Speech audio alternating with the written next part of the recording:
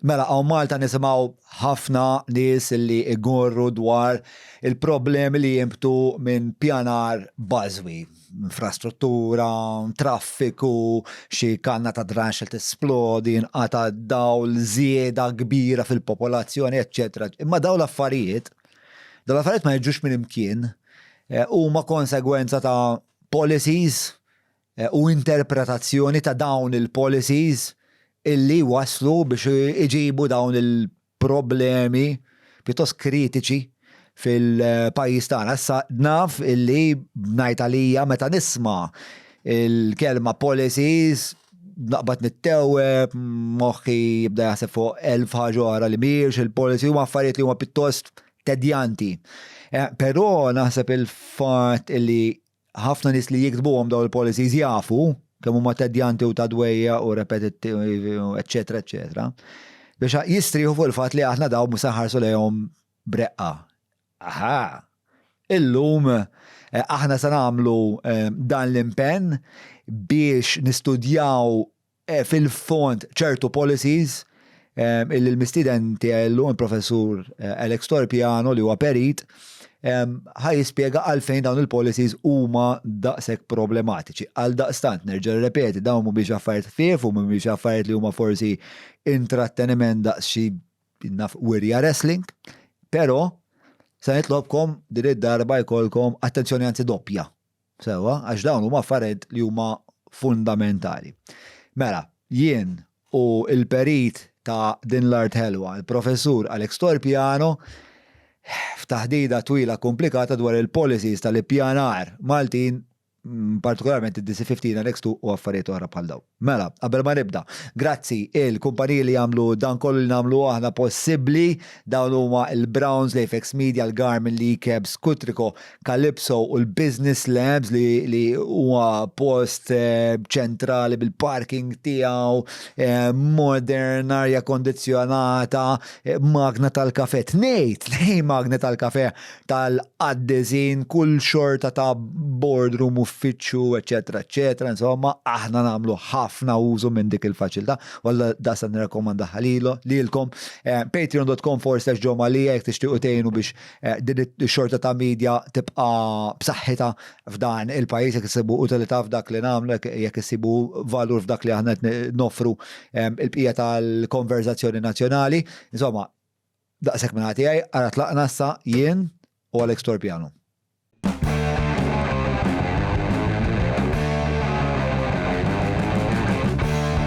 Bil-defa unajdu kemm għal-baz Mil-wahda neħibu t-nejn Nifmux dwar x'qadrednu Nistaqsu kifu x'fatta u fejn Il-Parti Staġġar! Fuq il-Parti Staġġar!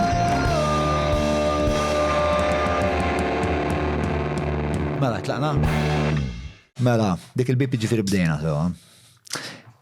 Mela, dan huwa podcast pjuttost komplikatu fi ħafna dettalji, però d-dettalji huma verament importanti illi nifhmuhom.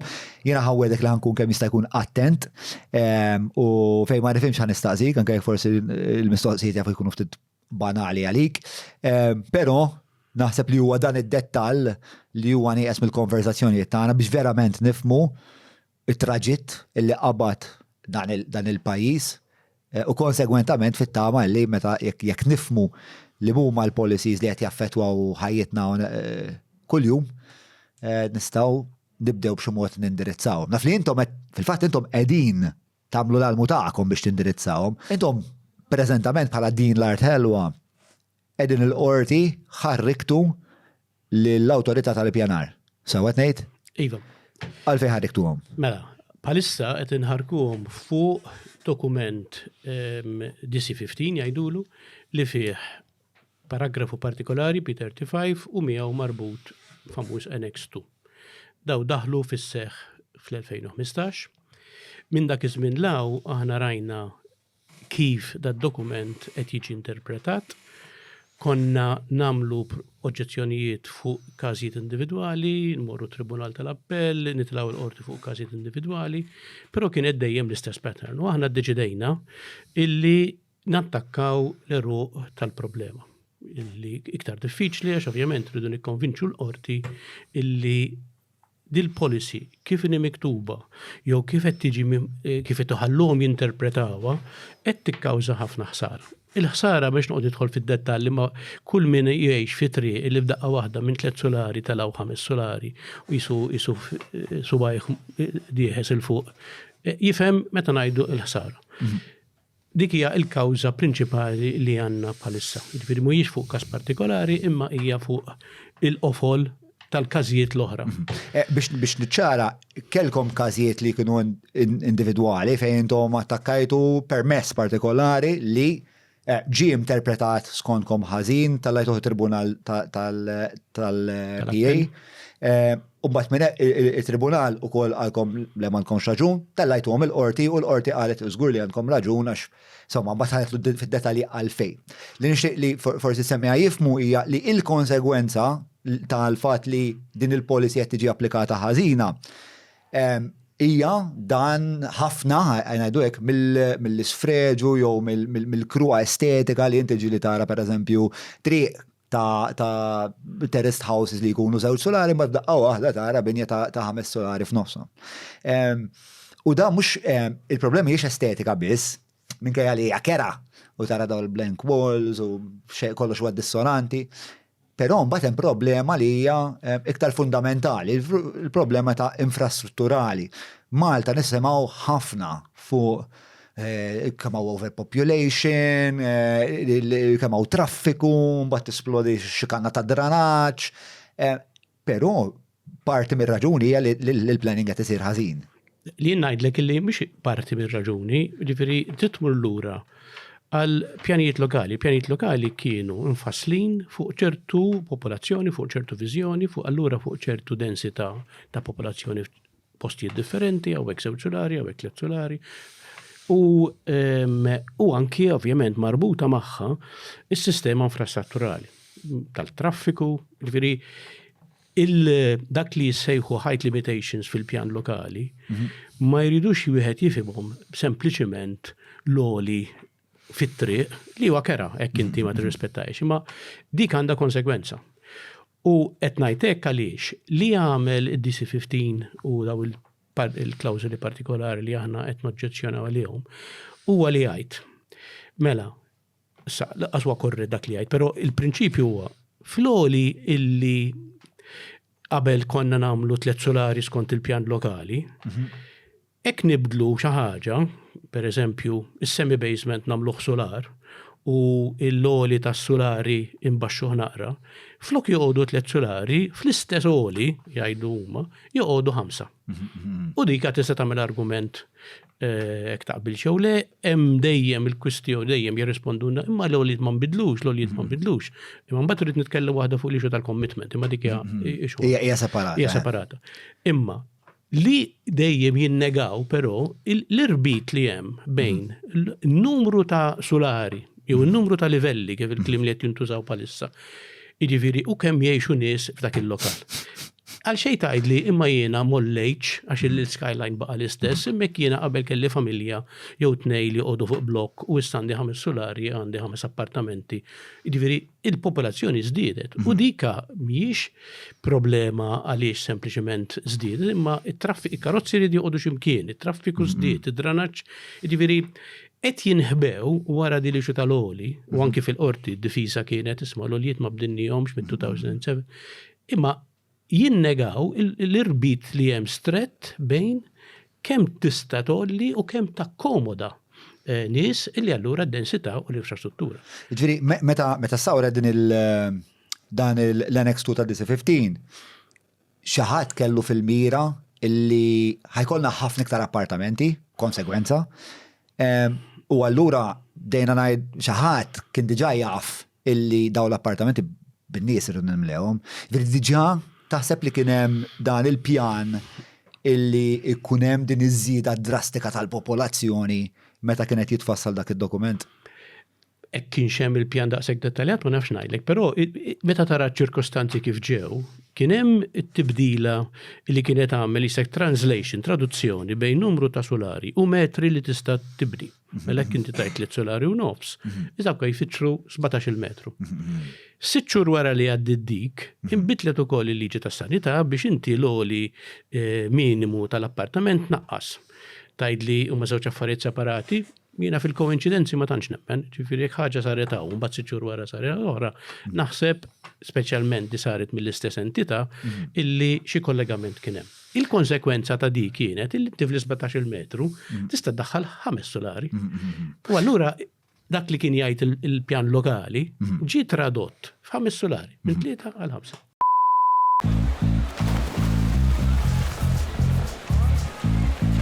Dive into a simple health check, body mass index and more for just $19.99. Browns. Ma nafx, kulħadd tifhem il-proċess kif seħ. Ħana prova nagħmel sommarju forsi biex nissemplifika. Mela inti kellek Mela, l-autorità tal-ippjanar qabel kienet tgħidlek isma' skont il-local plans ġo din iż-żona inti tista' tella 3 solari. U mbagħad meta ħareġ dan id-dokument li qed itħaddu dwar f'2015, di qalet mela dawk it-3 solari millum il-qoddim ħanajdulhom 17 metru għas-saħħa tal-argument sewa, qalbithom minn solari għal metraġġ. Issa, sa dak il-punt, essaġġ ma kienx hemm daqshekk problema għax bejwet ieħor l-oli forsi f'ċertu żoni żdied, imma overall bqajna più o meno l-istess. Il-logħba ntlabet li 6 xhur wara l-istess awtorità iddeċidiet illi inti kull solar naqas l-oli ta' kull solar. Naf li issa kien 2.6, ma nafx kemm kien qabel. Ma jiġifieri l-idea kienet illi letteralment fi 17 metru u nofs tista' tdaħħal 5 solari jekk taħdimha tajt il-laħwa bl-eżaġġa. Eżatt, jiġifieri fejn qabel kont stajt iddaħħal 3 livelli, issa tista' tdaħħal 5. Mingħajr jekk qed nifhem sew jew forsi korreġini, naħseb li ma sarx pjan biex nifhmu isma' jekk f'daw it-toroq kollha f'daqqa waħda flok joqogħdu innaf 10 familji ħajqogħdu 30. L-impatt fuq il-komunità, fuq id-dranaġġ, fuq l-infrastruttura se jkun. Mela. Sa fejn taf inti sar da tip ta' studju? Le, żgur li le. Żgur li le. Żgur li le. Għanajlek, jiena ġifieri nieħu l-eżempju ta' Għawdex. Mela Għawdex xi ftit snin ilu kien għadu mhux żviluppat kif kien jiżviluppa Malta u kien hemm prattikament kullum kien 3 solari, l-ogħla kien 3 solari permess. Laqas kien hemm is-semi basement imkien. Issa meta qalbuha kienu qalu mela jien għajdu nieħdu 17 metru u nofs pereżempju u mela Għawdex teoretikament qed nieħdu deċiżjoni li dawk it-3 solari jistgħu jsiru 5. Mela, hekk inti tikkalkula tajt mela jiena fit-3 solari forsi kienu joqogħdu tant eluf ta' nies Għawdex. Hekk inti tirdoppja l-oli, jew kważi tirdoppja l-oli, naħseb hija loġika li tajt mela jien qed nipprevedi li l-popolazzjoni tirdoppja. Issa, min għamel il-pjanijiet biex it-traffiku għall-popolazzjoni tad-doppju li kienet dak iż-żmien? Min għamel il-kalkuli fuq id-dranaġġ li jkollna bżonn? Jien naħseb li ħadd għax jien ma rajt l-ebda sinjali fejn dawn l-affarijiet ġew indirizzati. U qed ngħixu l-konsegwenza ta' dan nuqqas ta' pjanar kuljum. Aħna nnejxu l-konsegwenza u mhux dejjem norbtuhom flimkien, jiġifieri il-fatt li jitla blokk appartamenti ta' 5 solari ġotri li kienet normalment 2 u 3, turtana viżwalment. Però il-problema tal-overpopulation, per eżempju, dika inqisuha bħala problema separata. Il-problema ta' traffiku hija problema separata. U sfortunatament anke l-awtorità titfaħħa tpinġiha b'dal mod. Meta taraw ir-riżultati se nitkellmu naqra fuqhom tal-risposti tal-awtorità fuq l-ewwel konsultazzjoni għal tibdil li jridu jagħmlu issa. Ir-risposti ħafna drabi jiġu minn qajjem isma' x'qed tagħmlu fuq id-densità allura, x'qed tagħmlu fuq it-traffiku. U r-risposta tal-awtorità tkun imma aħna mhux qed nitkellmu fuq id-densità, aħna mhux qed nitkellmu fuq, aħna nitkellmu fuq kemm jistgħu jitlu livelli. Palli kieku wieħed jista' jisseparahom. Hemmhekk imbagħad nibda nara jiena nuqqas ta' ejja ngħiduha kif tajt. The least I can say is bad planning. The worst is the worst? It could be worse. So, mhux qed tajt il-verità. X'taħseb li huma l-qawwiet li qed jipperswadu? Li jipperswadu f'dak il-punt biex isir dan it-tibdil. Ifimni, l-industrija palissa taħdem fuq modell finanzjarju powerful ħafna. Pratikament żviluppatur mela jixtri appartament probabbilment bil-weda illi jagħti xi appartament, jixtri post biex jiżviluppa probabbilment bil-weda illi se jagħti flok iħallas jagħti appartament lis-sit tad-dar. Ibih ħafna mill-proprjetajiet fuq il-pjanta, jiġifieri xorta għadhom ma ħareġx il-flus, jibnieh u jagħmel jiġifieri dak il-modell huwa tal-ħaġeb. Meta tkun għamil dak il-flus, se tagħmel bihom terġa' tagħmel l-istess ħaġa. Terġa' tagħmel l-istess ħaġa. Ġurku vizzjuż li diffiċli twaqfu. Għax m'għandhomx jagħmlu bih il-flus. Malta dik waħda l-problemi li għandna. Fiex tista' tinvesti hekk inti taħseb fil-pensjoni biex tirtir. M'għandniex, il-gvern gvernijiet naqsu illi joffru l-alternattivi għall-investiment li huwa taġid tal-pajjiż u bajna fuq il-modell tal-bini, għax il-bini faċli. Ġiri, għetajt li primarjament huwa impetus finanzjarju. Huwa impetus finanzjarju short-sighted jinnajdlu għaliex eventualment, mela ħan nitkellmu naqra fuq il-popolazzjoni, jinnajdlu tista' targumenta miegħi jingħidlek isma' qegħdin 600,000 qegħdin wisq. U inti tgħidli le, jistgħu joqogħdu 800,000. Ngħid orrejt, mela 800,000. Imma dan numru se jibqa' jitla dejjem. Dik li tinsaqsik fil-fatt kien hemm xi punt ċifra, mela, ovvjament din il-policy u l-mod kif qed tiġi interpretata din il-policy kienet jipponta lejn il-fatt li l-popolazzjoni ħadd iżdied. Kien hemm xi punt fejn forsi staqsejtu intom, jew forsi ġiet imħabbra illi l-awtorità tal-ippjanar, jew forsi il-Prim Ministru, jew forsi xi ħadd li huwa responsabbli għal din iċ-ċifra. Li qalilna isma' l-antana huwa li ħajkonna popolazzjoni ta' 700,000, 800,000. Din l-istqarrija saret xi punt? Jiena qatt ma smajta din l-istqarrija mill-lat li għandha x'aqsam mal-ippjanar. Smajta diversi drabi fil-kuntest ta' isma' ħna għandna bżonn nies li minn barra minn Malta biex jagħmlu xogħol li l-Maltin ma jxuqux jagħmlu. Mela għandna bżonnhom biex jinaħtfu t-toroq biex jieħdu l-isptar, l-anzjani, eċetera, eċetera. L-istess għana npoġġuha f'dak il-pakkett, imma daw in-nies du jgħixu. U fil-fatt kien hemm perjodu fejn konna qed naraw f'liema kondizzjonijiet qed jgħixu. Kull min kellu biċċa garax, kull min kellu kirja lil-Maltin hekk, ħatafa u imliha marta sodot jew sodot lanzi mhux marta sodot biex daw in-nies. Jiġifieri again hemmhekk hemm nuqqas ta' ippjanar, hekk inti vera tajt isma'. Jiena m'iniex ekonomista ma nistax ngħidlek hux idea tajba jew le, però dejjem f'moħħi inkwieta illi dal-mudell xi darba jrid jieqaf. Forsi mhux 600,000, 1,5 miljun. Xi evidenza li bil-mod qed jirrallenta? Qed jirrallenta fl-areas fejn sfortunatament nkunu wasanna fejn is-suq ma jiflaħx. X'imbax nagħmlu bil-proprjetajiet li għandna mela. Qed jirrallenta pereżempju fis-suq tal-uffiċċji. L-uffiċini qbajna sejrin nipproduċu. Jiena kont nippretendi l-awtorità tal-ippjanar tajt isma' il-modell ekonomiku ta' Malta jipprevedi li se jkollna bħalissanna ma nafx 200,000 impjegat u fi żmien 10 snin irridu nġibuh 300,000. Mela irridu noħolqu post għal 100,000 oħra uffiċċji xi ħaġa. Tippjana, għax dak hu l-iskop tal-ippjanar. Hekk tħallih f'idej is-suq x'jiġri. Mela jien għandi biċ-ċartu se nibni uffiċċju hawn. U mbagħad ieħor għandu biċ-ċart hemmhekk se nibni xi ħaġa. U mbagħad x'jiġri? Jaqassu din nofsa mibnija liħor, mbagħad nibdew nokorbu għax hemmhekk u tinsewx illi daw ħafna drabi jkun hemm ukoll l-investituri żgħir. L-investituri żgħir iħares lejn il-kbar, jgħid tara dawka għamlu hekk u għamlu ħafna flus, ma jħana nagħmel bħalhom. Imma s-saħħa finanzjarja ta' dak l-investitur mhix l-istess bħas-saħħa u hekk jiġri xi ħaġa daw jinqabdu bil-flus kollha. Il-konsegwenzjali huma ħafna. Jiġifieri hemm raġuni valida għaliex isiru l-ippjanar. U meta wieħed jargumenta, smajt politiċi argumentaw illi Malta hija żgħira wis biex tippjana li tkun flessibbli tirreaktja. Ħajsek qed tgħid jiena għandi biċċa drab żgħira.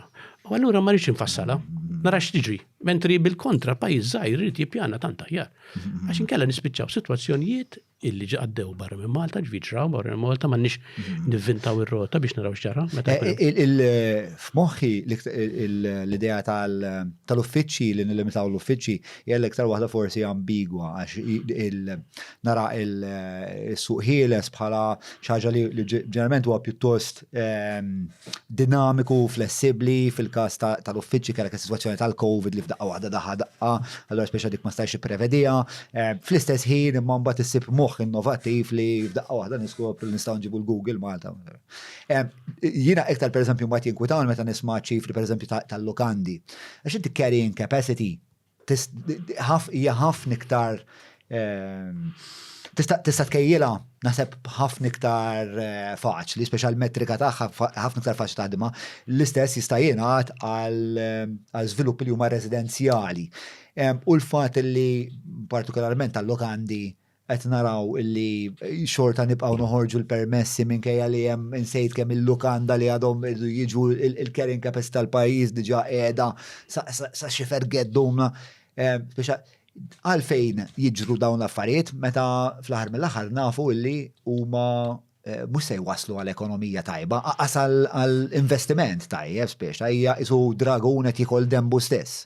Imma għammur dur naqra l-uffiċi vera, għandek raġun tajt li fil-kas tal-uffiċi forsi s-suq, però ek vera jinaħt naħseb fil-kwistjoni tal-imrieħel, per eżempju. L-imrieħel kienem ħafna idejat isma' dan għamluħ ċentru finanzjarju, ċentru ta' uffiċi, xorta għandu carrying capacity, u però mbagħad iktar minn hekk trid tgħid isma' jien hekk dana jridu jaħdem bħala ċentru finanzjarju anki fuq livell internazzjonali. Mela x'inhu l-connection mal-port, x'inhu l-connection mal-airport, kif qed nista' nsewwi dik l-infrastruttura biex ikollok ċentru finanzjarju ta' kwalità. Sfortunatament hekk inti tmur l-imrieħel mhuwiex kwalità ta' ċentru finanzjarju internazzjonali, għax qatt ma kien hemm ħsieb li jkun hemm. Ġifieri tista' tgħid tisma' ħalli l-suq ħieles u mbagħad jiġu l-kumpaniji minn barra nsibil jokkupawhom li, imma naħseb jiena kieku tippjanat anki ma taħlix riżorsi ma taħlix riżorsi. Fil-każ tal-hotels għandek raġun. Ħafna operaturi qed jgħidu imma aħna, ġifieri kemm għandna bżonn turisti biex nimlew is-sodot li għandna bħalissa. Aħseb wara dawk li għadhom fil-pipeline. Issa, kien hemm min jgħid isma' ħalli s-suq ħieles, imma jisna ma ninsew illi jiena nuża l-analogija tal-industrija tal-kostruzzjoni hija avalanche. Fis-sens li tibda nieżla, miexja, u għalkemm tajt inwaqqafha, mhix se twaqqafha, jiġifieri hekk jien għandi hotel bdejt nibniha u issa f'daqqa waħda inbidel il-mudell tat-turist. Se nagħmel, hekk jiena investejt, xtrajt l-art, l-estate. Se nagħmel, jiġifieri il-fatt li tħalli is-suq ħieles tfisser li se jkun hemm ħela u anki min iweġġa. Naħseb jiena it-trepidazzjoni li għandi li meta l-gvern jibda imiss is-suq ħieles ġejja naħseb ukoll mill-fatt li għandi din l-aspettattiva li l-istat xinaqa korrott. Allura tispiċċa fis-sitwazzjoni fejn ikollok 4 min nies li jingħataw il-permess u jingħataw vantaġġ fuq kulħadd. Naħseb tant għext f'Malta fejn dawn l-affarijiet qishom saru parti mill-kultura tagħna li isu l-istat nippreferi għandek mit raġun għax għana niftakru liċenzji kif ġib ċikkolata. Edna tu kas dawk l-istejjer. Dawk vera. Hija sfortuna però illi ma nistgħux niftakru. L-aspettativa tiegħi hija daqshekk baxxa. Sfortuna għaliex inti jiena ngħid ħanara l-punent x'jagħmlu. Mela Barcellona kellhom problema simili ta' Malta. Ħafna proprjetajiet kienet jittieħdu għall-Airbnb, x'qed jiġri mela l-lokali il-prezz għall-lokali kienet tjola x'għamlu daw. Iddeċidew intervent fi Spanja ta' nitkellmu mhux jiġifieri fil-pajjiż komunist, qalu mela Barcellona l-Airbnb se jneħħuhom sa 2028. They're going to phase them out, ma tistax. Għaliex qed jaraw li bil-forsi jintervjenu biex jikkorreġu xi ħaġa li kienet tiġri, li kienx maħsuba, li kienet qed tagħmel ħsara lill-komunità. Għaliex il-kirjiet Malta olew. Mhux għaliex daħlu daw l-affarijiet minn ġifieri tgħidli ma nies marru tajjeb għax hemm min kellu post. Kera bl-eluf. Ma konsekwenzi kien hemm. Għandek ammentek tista' tina sommarju għalfejn olew daqshekk il-prezzijiet tal-proprjetax. Isu kważi mill-2015 naħseb isu kien hemm din l-esplużjoni f'daqqa waħda tal-prezzijiet li kien hemm bżonn bla preċedent. Kien hemm bżonn ta' akkomodazzjoni għal ħafna barranin ta' diversi livelli tinsewx li aħna kellna il-gaming industry, ġifieri ġew ħafna professjonisti minn pajjiżi Ewropej b'aspettattivi kbar, kellna mbagħad livelli ta' ħaddiema ta' iktar livell medju biex ngħidlu hekk fl-isptarijiet u l-people's home, sa' ħaddiema fit-toro jiġbru iż-żibel da kollu. Daw kollha għandhom bżonn jgħixu. Fejn se jgħixu l-istess is-suq ħieles beda jara kif jirranġa, jkollu garaġġ u tagħmel 20 sodda fil-garaġġ. Le, ovvjament dak imbagħad huwa suq ħieles fej suq ħieles mbagħad jimmina id-dritt bażiku uman hemmhekk ma jibqax suq ħieles ma nafx eżatt. Suq ħieles imma r-realtà ilek inti ma tippjanax għalija x'jagħmlu daw. Għandhom xi ċans li jmur jikru f'appartament ta' sliema, ġifieri hekk inti trid tieħu dik id-direzzjoni ekonomika, trid tippjana biex dik id-direzzjoni ekonomika ma jkollix konsekwenzi ħżiena kemm fuqhom u kemm bekk lew il-prezzijiet għax kull biċċa toqpa wieħed li kellu. Trid tollija Airbnb, ġifieri.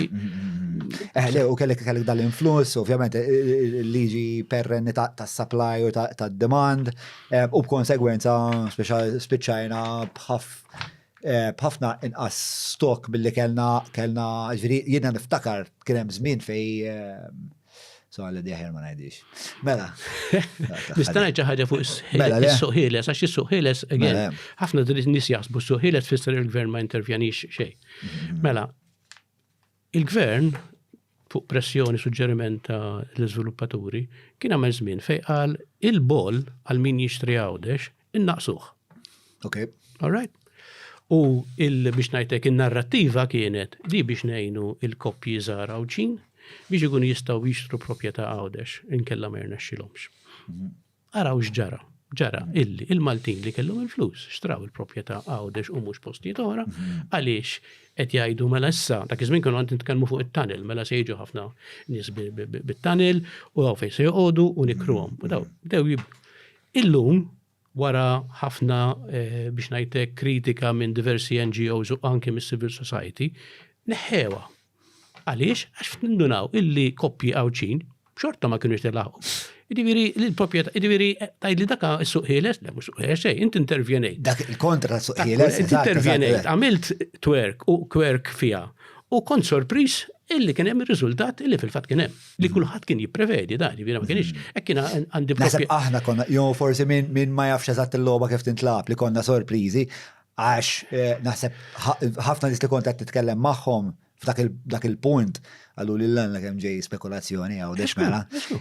U dak, fil-fat dak huwa l-punt tiegħi ta' meta parti mill-punt tiegħi ta' meta il-gvern jintervjeni fis-suq ħieles u jibda jmiss fil-makkinarji, hemmhekk jien mal-ewwel nibda nkun naqra xettiku ħanajtek. U hekk ġara fil-fatt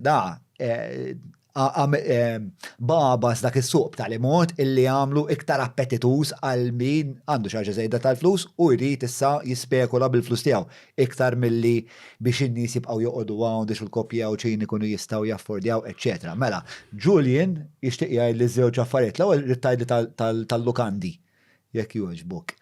Mela, Malta could see an additional 483 hotels crop up on the island if all the planned tourism accommodation projects in the pipeline ever come to fruition, the new data has shown. This information was shared during the MHRA Hospitalities Forum during a presentation on hotel occupancy by Deloitte. Bħalma nafu, diġà għandna ħafna problemi bl-ammont ta' turisti li qed jiġu Malta bej l-infrastruttura, bej id-dranaġġ, bej id-dawl, is-serġa jibda jinqata' d-dawl jekk Alla jrid. U l-idea li nistgħu nibnu 400 lukanda oħra, kważi 500 lukanda oħra u daw ħanokkomodaw mingħajr ma nagħmlu it-tiswijiet infrastrutturali għandna bżonn, ovvjament jixed għal nuqqas ta' pjanar trement. Julian kellu wkoll punt ieħor li jixtieq jaqsam magħna. In its proposals for last year's budget, the Gozo Regional Development Authority acknowledged the scheme increased property sales in Gozo, but warned it could generate unintended adverse consequences, unintended, Aini, more so because it is open to all types of properties, including apartments, irrespective of price, and does not distinguish between first and second time buyers or other buyers. Di li namlu daw it-tip ta' inċentivi mingħajr means testing hija insolenti. Mingħajr means testing u mingħajr tir speċifiku. Per eżempju, kieku il-gvern qal għawdex jew postijiet bħalu, hemm ħafna djar abbandonati għaliex titton fuq iżjed flus biex tirrestawrhom. Kieku dik l-inċentiv finanzjarju indirizzajtu għal-eben, għajdara, jekk inti tixtri dik il-proprjetà, jiena il-bol ikun inqas. Ma nifhem l-iskop, imma jiena fl-Italja tispiċċaw ċermen mirħula jqasmu l-proprjetà b'xejn biex jitolbu n-nies imorru jirranġawhom. Ġifieri hemmhekk naċċetta. Imma huwa intervent tal-gvern fuq is-suq ħieles, għax hekk inti ma tagħmilix di se jkollok konsekwenzi ħżiena. Ġifieri jiena m'iniex xi fan tal-suq ħieles, imma fl-opinjoni tiegħi dak hu l-ippjanar li inti tasal għal konklużjonijiet li huma l-iżjed vantaġġużi għall-komunità.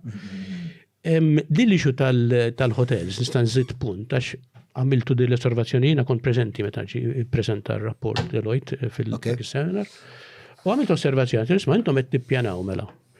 Minn banda qed tgħidu illi t-turizmu irid jinbidel u flok turizmu tal-massa irdu nagħmlu turizmu tal-kwalità u allura wieħed jifhem dik kullu il-konklużjoni loġika tkun illi flok jiena niftaħar illi għandi 3 miljuni, niftaħar li għandi 2 miljuni u jonfqu iżjed minn ta' 3 miljuni. Għax tinsewx in-numri jekk inti tara l-istatistika, in-numri tal-turisti żdied, imma kemm jonfqu Malta kull wieħed minnhom naqas.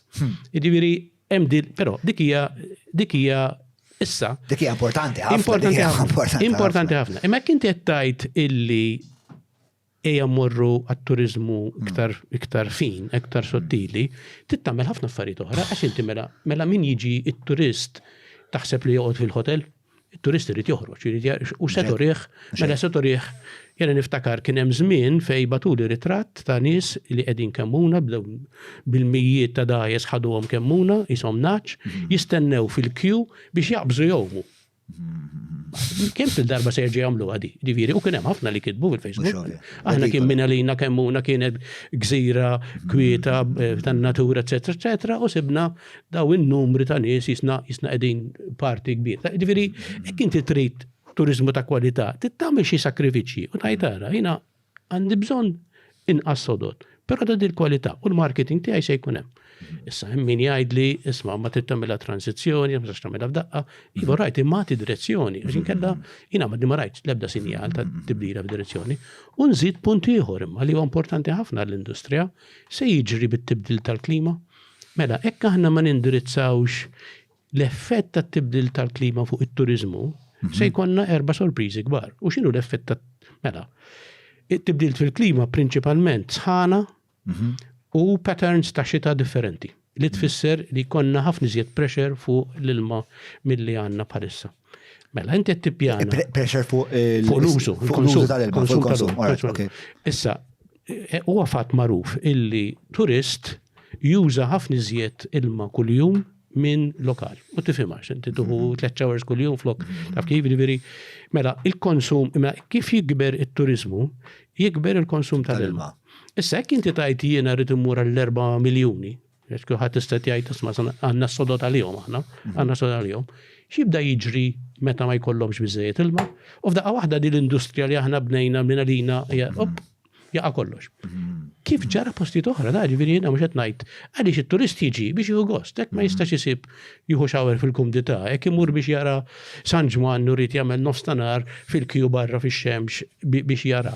Arboħra mux imkien ieħor, ġifieri qegħdin short-sighted wis aħna, short-term gains. Apparti li mhux il-kwalità biss tal-esperjenza turistika ħadd tmur lura, imma anke l-esperjenza tagħna bħala nies li noqogħdu hawn. Għax hekk nagħmlu xi ġimgħa dawl ġejju żejjer, xi ġimgħa mbagħad l-ilma wkoll, ġifieri mela inti tkun qed tereq qed tkun diġà rieħa ta' min jaf xiex, u mbagħad ma tistax tmur tieħu xawer għax l-ilma qatawulek ukoll, dak il-frustrazzjonijiet tan-nies ħajbru ħafna. Inti qed issemmi punt importanti ħafna. Kemm il-popolazzjoni issa qed tixba mit-turiżmu, speċjal mhux kullum kien, imma naraw pereżempju l-Beltu.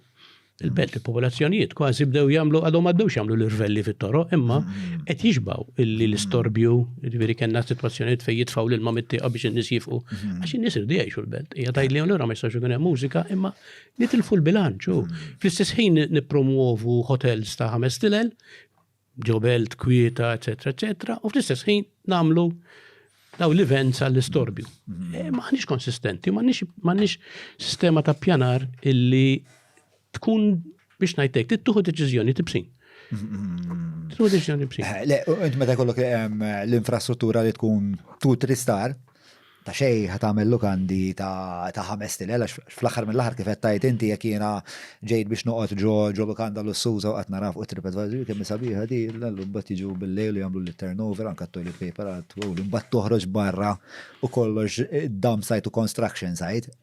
L-esperienza hija tkun holistika. Nista' ngħidlek storja li ġrat lili, ġifieri xi 3 snin 4 snin ilu, through a contact batalija investment manager ta' kumpanija kbira mill-UAE li kienet tħares illi tinvesti fil-proprjetà Malta.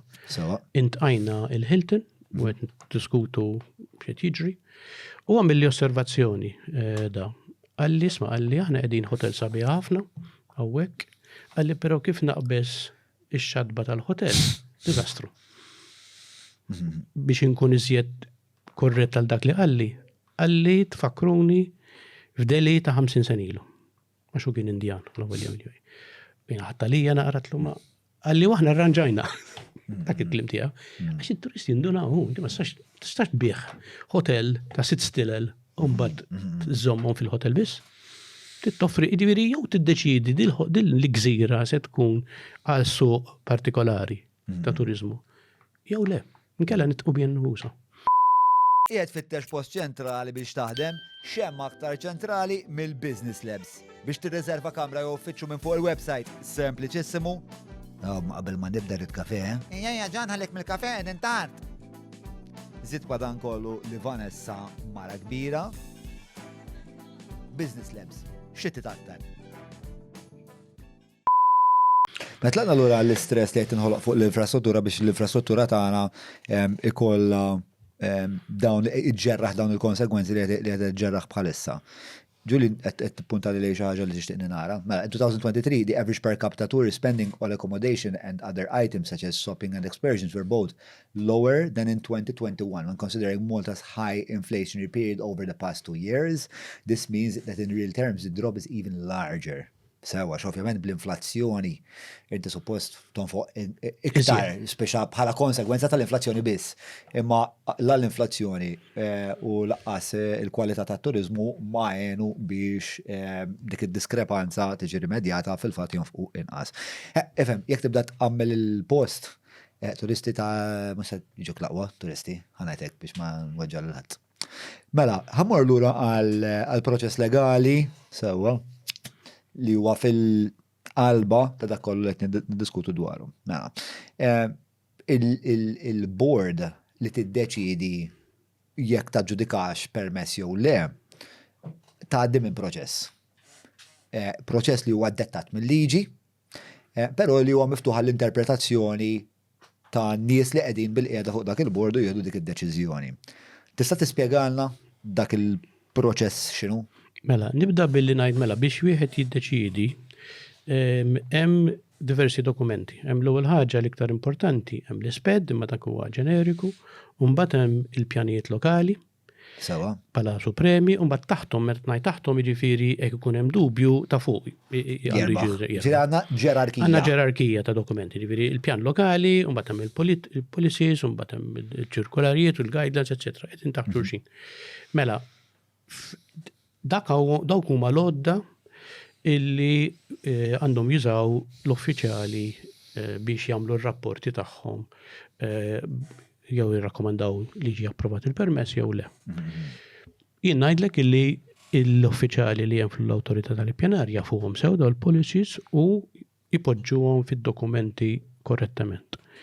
Jiġi quddiem il-board u mbagħad jibda l-interpretazzjoni. Imma hemmhekk DC-15 jgħidlek illi inti Xi differenza bejn l-uffiċjal u l-bord? L-uffiċjal huwa impjegat mal-awtorità tal-ippjanar, Sewa. impjegat, pjanat trejnijat fil-planning u d-dover tiegħu huwa li jifli u li jpoġġi d-dokumentazzjoni li għandha x'taqsam ma' dik l-applikazzjoni. Il-bord huwa nies indipendenti appuntati mill-gvern illi suppost jifmu fil-lixus tal-pjanar illi għandhom l-autorità li jiddeċidu. Mela, biex namlu speċa eżempju prattiku, qed ngħidu mela Matthew iddeċida jitfa' permess biex iwaqqa townhouse u jagħmel appartamenti. Il-case officer kif jidħol fix-xena imur on-site u jara? Jiddependi, jista' jkun li hemm bżonn imur on-site, jista' jkun li kull mentu bżonn jara il-pjanti li għandu mela l-policy hemmhekk tajtek, il-policy tajtek jiktibhom. Sewa, u Matthew applika għal 7 solari, hemmhekk ma jħorġu 7 solari, jħorġu 5 jgħidlu sorry, refused. Sewa. Però mbagħad dik ir-refusal tista' tmur għand il-board, jew żgur. Il-board dejjem titwal. Dejjem tmur għand il-board, all right. Di mhux qed ngħidu board appell, din dan huwa l-proċess normalissimo. Mela, u mbagħad ir-refusal jiena s-saħħa tal-argument u mort biha qudiem il-board. U saħna argumenta il-punt tiegħi. Jkun rekomendazzjoni, jew għal-approval, jew għal-refute. Rekomendazzjoni, ma tkunx refute. L-officer huwa qed jagħti rakkomandazzjoni. Rakkomandazzjoni. Sewa, huwa l-board li jiddeċidi. Il-board li jiddeċidi. Ok, komplek. Jiddeċidu issa. Emmek jibdew jitlu l-interpretazzjonijiet, waħda kienet diliġu tal-għoli, ġifiri jgħajtu il-pjan lokali jgħajtek ma DC-15 u da jgħajt motiħor, u allura flok jgħajdu li l-pjan lokali għandu jerbaħ, jgħajdu bil-kontra. Għax jidaħlu dal-kunċett fażul li daħal anki ħabba l-politiċi bdew jgħidu hekk, illi xi ħadd għandu dritt għan numru ta' solari li hemm indikati fid-DC-15. Li mu veru xejn. M'hemm l-ebda dritt. U meta tnajda hekk jien li m'hemm l-ebda dritt, mhijiex biss opinjoni tiegħi imma kien hemm deċiżjonijiet tal-qorti fuq każi speċifiċi, differi għax aħna morna l-qorti anke fuq każi speċifiċi, fej id-deċiżjoni tal-qorti għajt le, inti ma tistax tuża dak id-dokument bħala dritt u bil-forsi ta' tittara il-kuntest. Sewa, mela, qabel ma nidħlu fid-dritt, għax din huwa punt interessanti u ftit idiosinkratiku, ma nasib laħjar l-ewwel naslu għalih billi nispjegaw kif tiġi perversa l-ġerarkija. Mela, il-ġerarkija kif spjegajt illa mela local plans, policy u guidelines.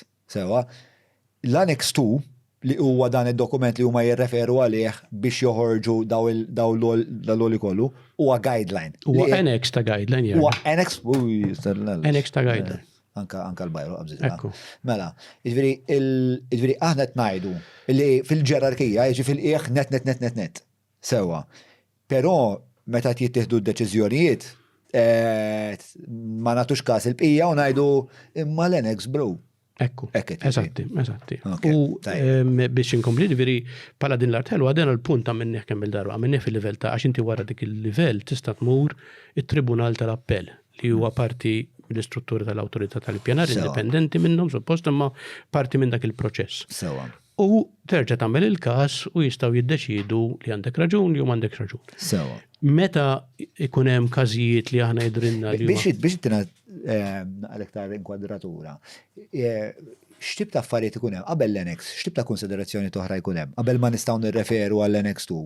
Suppost qed nieħdu f'kull. Jiena fl-opinjoni tiegħi l-iktar ħaġa importanti huwa l-kuntest. Jiġifieri jekk jiena għandi triq ma naf l-Erdeli, hemm djar antiki kollha mhumiex protetti individwalment, imma bħala kuntest huwa għandu valur kemm arkitettoniku, ġifier kont nitkellmu fuq l-estetika, però anke għall-komunità tinsix li l-bini huwa nies li jgħixu hemm ċertu way of life, eċetera, ma li inti tintervjeni f'wieħed tarra il-ħajja taħdejk. U probabbilment wassal biex it-triq kollha tiddeterjora, x'u mbagħad tibda tajt imma jiena minn li qed ngħix f'dit-triq issa tinbidel, mela issa nkun baħnan, ħanagħmel bħalu nbieħ, ġifieri jibda proċess ta' deteriorazzjoni li rajnija. Issa, jiena li kont se ngħidu illi dak il-kuntest biex nifhmu. fej jidħol f'din il-ġerarkija? Le, suppost. Skont il-liġi ġifieri. Le, hija il-kuntest jissemma anke fl-isped, ġifieri huwa ħaġa importantissima. Li huwa l-ogħla dokument. Li huwa l-ogħla dokument. Mbagħad hemm il-pjan lokali li jtik in-numru ta' solari u in brackets allura kemm intensità tal-iżvilupp, għax ma rridux ninsewa dik, ġifieri hekk inti trid iżida, mela ibda l-loki plan hekk trid tajt isma' jiena ma nafx. Il-Furjana irrid li jiżdiedu n-nies li jgħixu l-Furjana. Mela nagħmel policies għall-Furjana. Tinsiex li l-policies ta' DC-15 u allura il-P35 u l-enek japplikaw kullum kien Malta, kullum kien, jista' jkun raħal żgħir, jista' jkun belt pal San Ġiljan. Jiġifieri mill-att ta' planning ma tagħmel sens li tgħid li kollha għandhom bżonn ta' żieda fid-densità u mod ugwali, ma tagħmel sens. Għax allura il-konsekwenzi kollha, traffiku, id-drenaġġ kollha jiġu. L-unika sens li jagħmel huwa sens kummerċjali. Ekku, sens kummerċjali sa ċertu punt, ngħidluk għall-persuna li ġab il-permess ikollu gwadan fondamentali. Għal ħafna oħrajn tista' tkun negattiva dak l-impatt. Jista' jkun negattiv, jiena jkolli post fejn huwa kwietu kalmu n-nies iridu ħaxek. F'daqqa waħda jinbidel dak, jiġifieri Jiena xtrajt għax għandi ħajja li nixtieq tkun iktar tranquilla u serena f'daqqa waħda inti tellajt blokka. Jiġifieri hemmhekk meta nitkellmu fuq kif tgħid valur kummerċjali u valur finanzjarju. Huwa ħafna drabi ristrett għal persuna li qed jiżviluppa dan is-sit. Għal-iżviluppatur, mhux ħaġa komun għal kulħadd. Però għaddejna minn epoka fejn ħafna nies saru żviluppaturi. Għaliex, eżattament, għaliex. Għax l-inċentiv dak kien. Għax kien l-inċentiv kien dak, ma dak kamel il-flus kien se nagħmel bħalu għax inkun baħnan. U ma tantx għandi għażla, jiena dik għall-inrabja li. X'tagħmel minn din in-narrattiva ġieli speċjali rajthom jigriljaw il-politiċi u l-politiku jdur jekk tiġi l-opportunità lilek ma tiżviluppax. Għandhom raġun jitkellmu hekk, però għalija mhix risposta, mela nispjegalek għaliex għax għandna il-kunċett tal-ippjanar u speċjalment il-kunċett tal-permess tal-ippjanar jippresopponi illi id-dritt tal-iżvilupp ħaditu mill-individu għall-komunità. Il-komunità espressa to the government. Fl-Ingilterra, ġana nikkupjaw il-modell Ingliż, dan ġrat jisu fin-1950s, ta' mhux ilu ħafna, kienu jitkellmu fuq in-nazzjonalizzazzjoni tad dritt tal-iżvilupp. Jiġifieri min wiedem li għandu biċċart li għandu dritt jiżviluppa, sar id-dritt tal-komunità li tgħidlek isma' le, hu ir-regoli u Malta napplikawhom. Mela hekk hemm xi ħadd li huwa biex ngħidlek sfortunatament wired biċċa art li hija ODZ. U ħuh wired biċċa art li hija l-iżvilupp. X'ngħidu? Ngħidu mhux fair, ma dak allura. Jiġifieri għandna il-kunċett il-gvern fisem il-komunità jippjana u jirregola fejn tista' tibni fejn ma tistax, fejn tista' tibni hekk fejn ma tistax. Ġan użawh, jiġifieri ma nistax niqgħu ngħid għax inti kieku hekk trid hija vera, forsi jiena wkoll ngħidlek issa tieli qed nagħmel il-flus.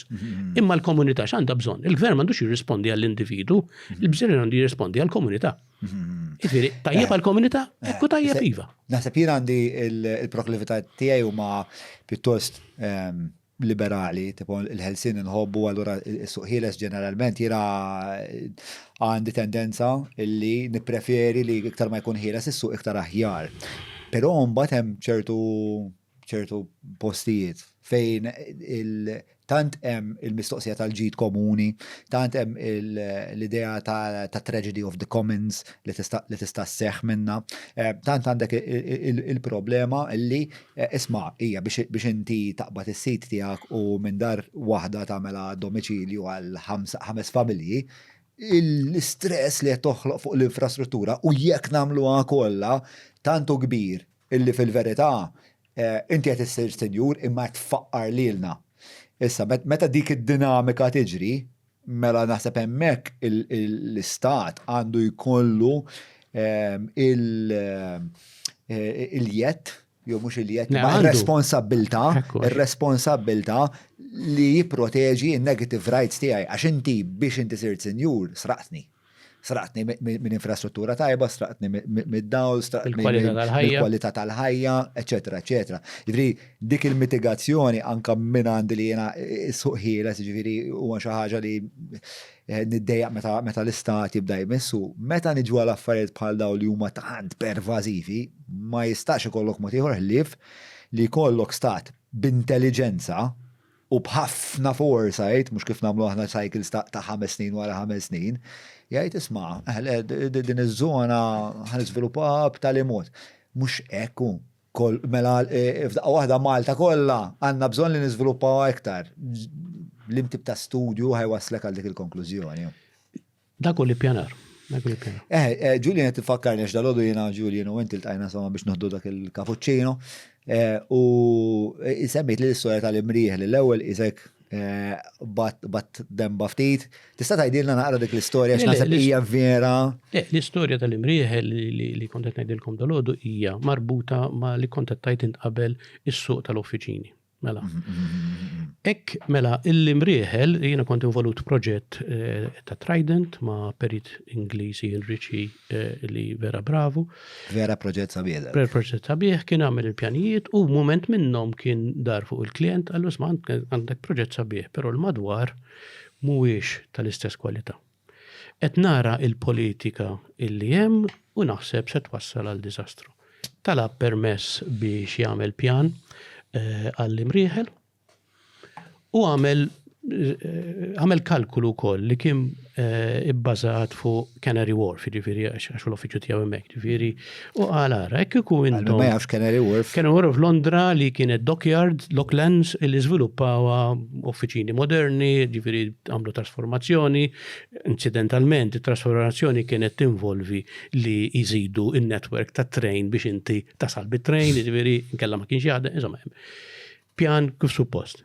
U qal, isma, hekk intom bil-pjanijiet li hekk intom għandkom pereżempju pjani li tagħmlu 4 solari kullum kien, joqogħdu 300,000 ħaddiem qed nivvinta l-figuri minn niftakar l-moment. Hekk intom tagħmlu 4 solari, joqogħdu 400,000, hekk intom tagħmlu 5 solari, joqogħdu 500,000. Mela, id-domanda hi, hekk inti qed tippermetti l-5 solari, minn fejn se jiġu daw il-500,000 ħaddiem ġu l-uffiċċju, kollha se jaħdmu l-imrieħel minn Malta kollha u hekk se jaġri hekk biex jiġu 500,000 ħaddiem kuljum. X'inhi l-infrastruttura tat-toroq? Poġġiha u għamel pjan differenti. U morna nippreżentaw lill-awtorità. Ġifieri u propona eventwalment. Għamel proposta, ġifieri il-klient kien taħel permess biex jipproponija. Għamel proposta morna nkellmu l-uffiċjali tal-awtorità li ppjanar u f'moħħi għada qawwija ħafna għaliex mument minnhom meta għamel l-ispjegazzjoni bl-Ingliż dal-perit, wieħed mill-uffiċjali tal-ippjanar bil-Malti dar fuq għalli imma di huwa pjan illi jrid 30 sena biex iseħħ. Għatlu hija żgur, daw il-pjanijiet ikunu 25-30 sena. Għalli aħna ma nagħmlux pjanijiet ta' 25 sena, aħna pjanijiet ta' 5 snin nagħmlu. U jiena waqaftem. Għax hekk inti l-pjanu għata 5 snin, x'pjanu?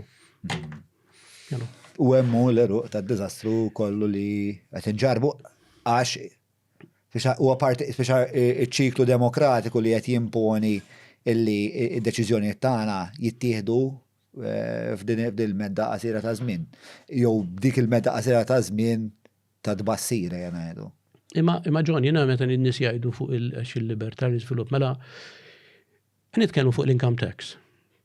Il-gvern jagħmel referendum hekk irid iħallsu income tax jew le, jew jgħid għandi bżonnhom. Għax fl-interess tal-komunità rrid inħallas għall-iskejjel, rrid inħallas għall-isptarijiet. Jiġifieri nibdew mill-presuppost, il-komunità għandha bżonn. Hemm pajjiżi fejn ma jemnux fil-income tax, jiġifieri għax jgħidu le, dak jiġu mhix imkien ieħor. Jiġifieri ċerti affarijiet aħna naċċettawhom illi hemm l-intervent tal-Istat. F'din l-erja le. U sfortunatament hija erja fejn jiggwadanja l-individwu l-ewwel u mhux il-komunità. Jiena xtaqt niġi lura hekk nista' fuq dik tal-qorti għaliex. Mela, l-idea tal-qorti ġifieri meta aħna bdejna mmorru l-qorti u l-qorti tibda tgħid aħna laqas tlabna li jinbidlu il-policies, aħna sempliċement tlabna li jiġu segwiti il-policy, hekk hemm il-pjan lokali, followja l-pjan lokali. Hekk hemm u l-qrati tatna raġun fuq daw u diversi jew ma taċ indikat li m'għandux jingħata l-permess, jew sitwazzjonijiet oħra fejn kien laħaq imbena il-post għaliex fil-proċess tal-appell u l-qorti mhux bil-fors l-awtorità twaqqaf l-iżvilupp, laħaq imbena, qalet hija dana kien illegali u partijiet minnu kienu illegali. U dina konna nagħmlu battalja kull darba, u għalhekk ma konna wasanna illi nagħmlu biex ngħidlek azzjoni legali fuq il-prinċipju, għax aħna ma nistawx bħala NGO kull darba rridu morru l-qorti parti l-ispejjeż il-ħin ta' kollu xogħol volontarji ħafna drabi, ġifieri tara dawk il-kontesti. Kien hemm punti ieħor importanti li jrid nsemmi għaliex jiena anti saqsejtni l-ewwel imma x'inhu huma l-għodda. Hemm il-kuntest. Mela l-kuntest wieħed jara suppost il-kuntesti tal-proposta tiegħek. Jien għandi triq qed nipproponi li nuża daw il-għodda biex nibni dal-iżvilupp. Però il-kuntest hu li hu. Il-kliem li tintuża fil-liġi tajt għandhom iħarsu lejn il-commitment li hemm fuq dik it-triq. Issa, kien hemm żmien fej l-awtorità kienet tajt il-commitment ifisser dak illi Annex 2 jgħid. Mela hekk kendi triq ta' 3 solari, inti committed għal 5 solari. U di marbuta ma l-idea ta' dritt versus limitazzjoni. Marbuta ma l-idea ta' dritt, għax in-nies bdew jgħidu, mela jien għandi dritt nibni ta' 5 solari. U fil-każ il-każ tella li d-definizzjoni ta' commitment tiri kont jista' jkun iva jista' jkun le. Fil-każijiet illi deru qudiem il-qorti qalet isma' l-ewwel ħaġa l-oli indikat hemmhekk ma jistax imur oltre il-local plan, dik l-ewwel ħaġa. It-tieni commitment ifisser, commitment, jew mibni, jew hemm permess li għadu mhux eżegwit.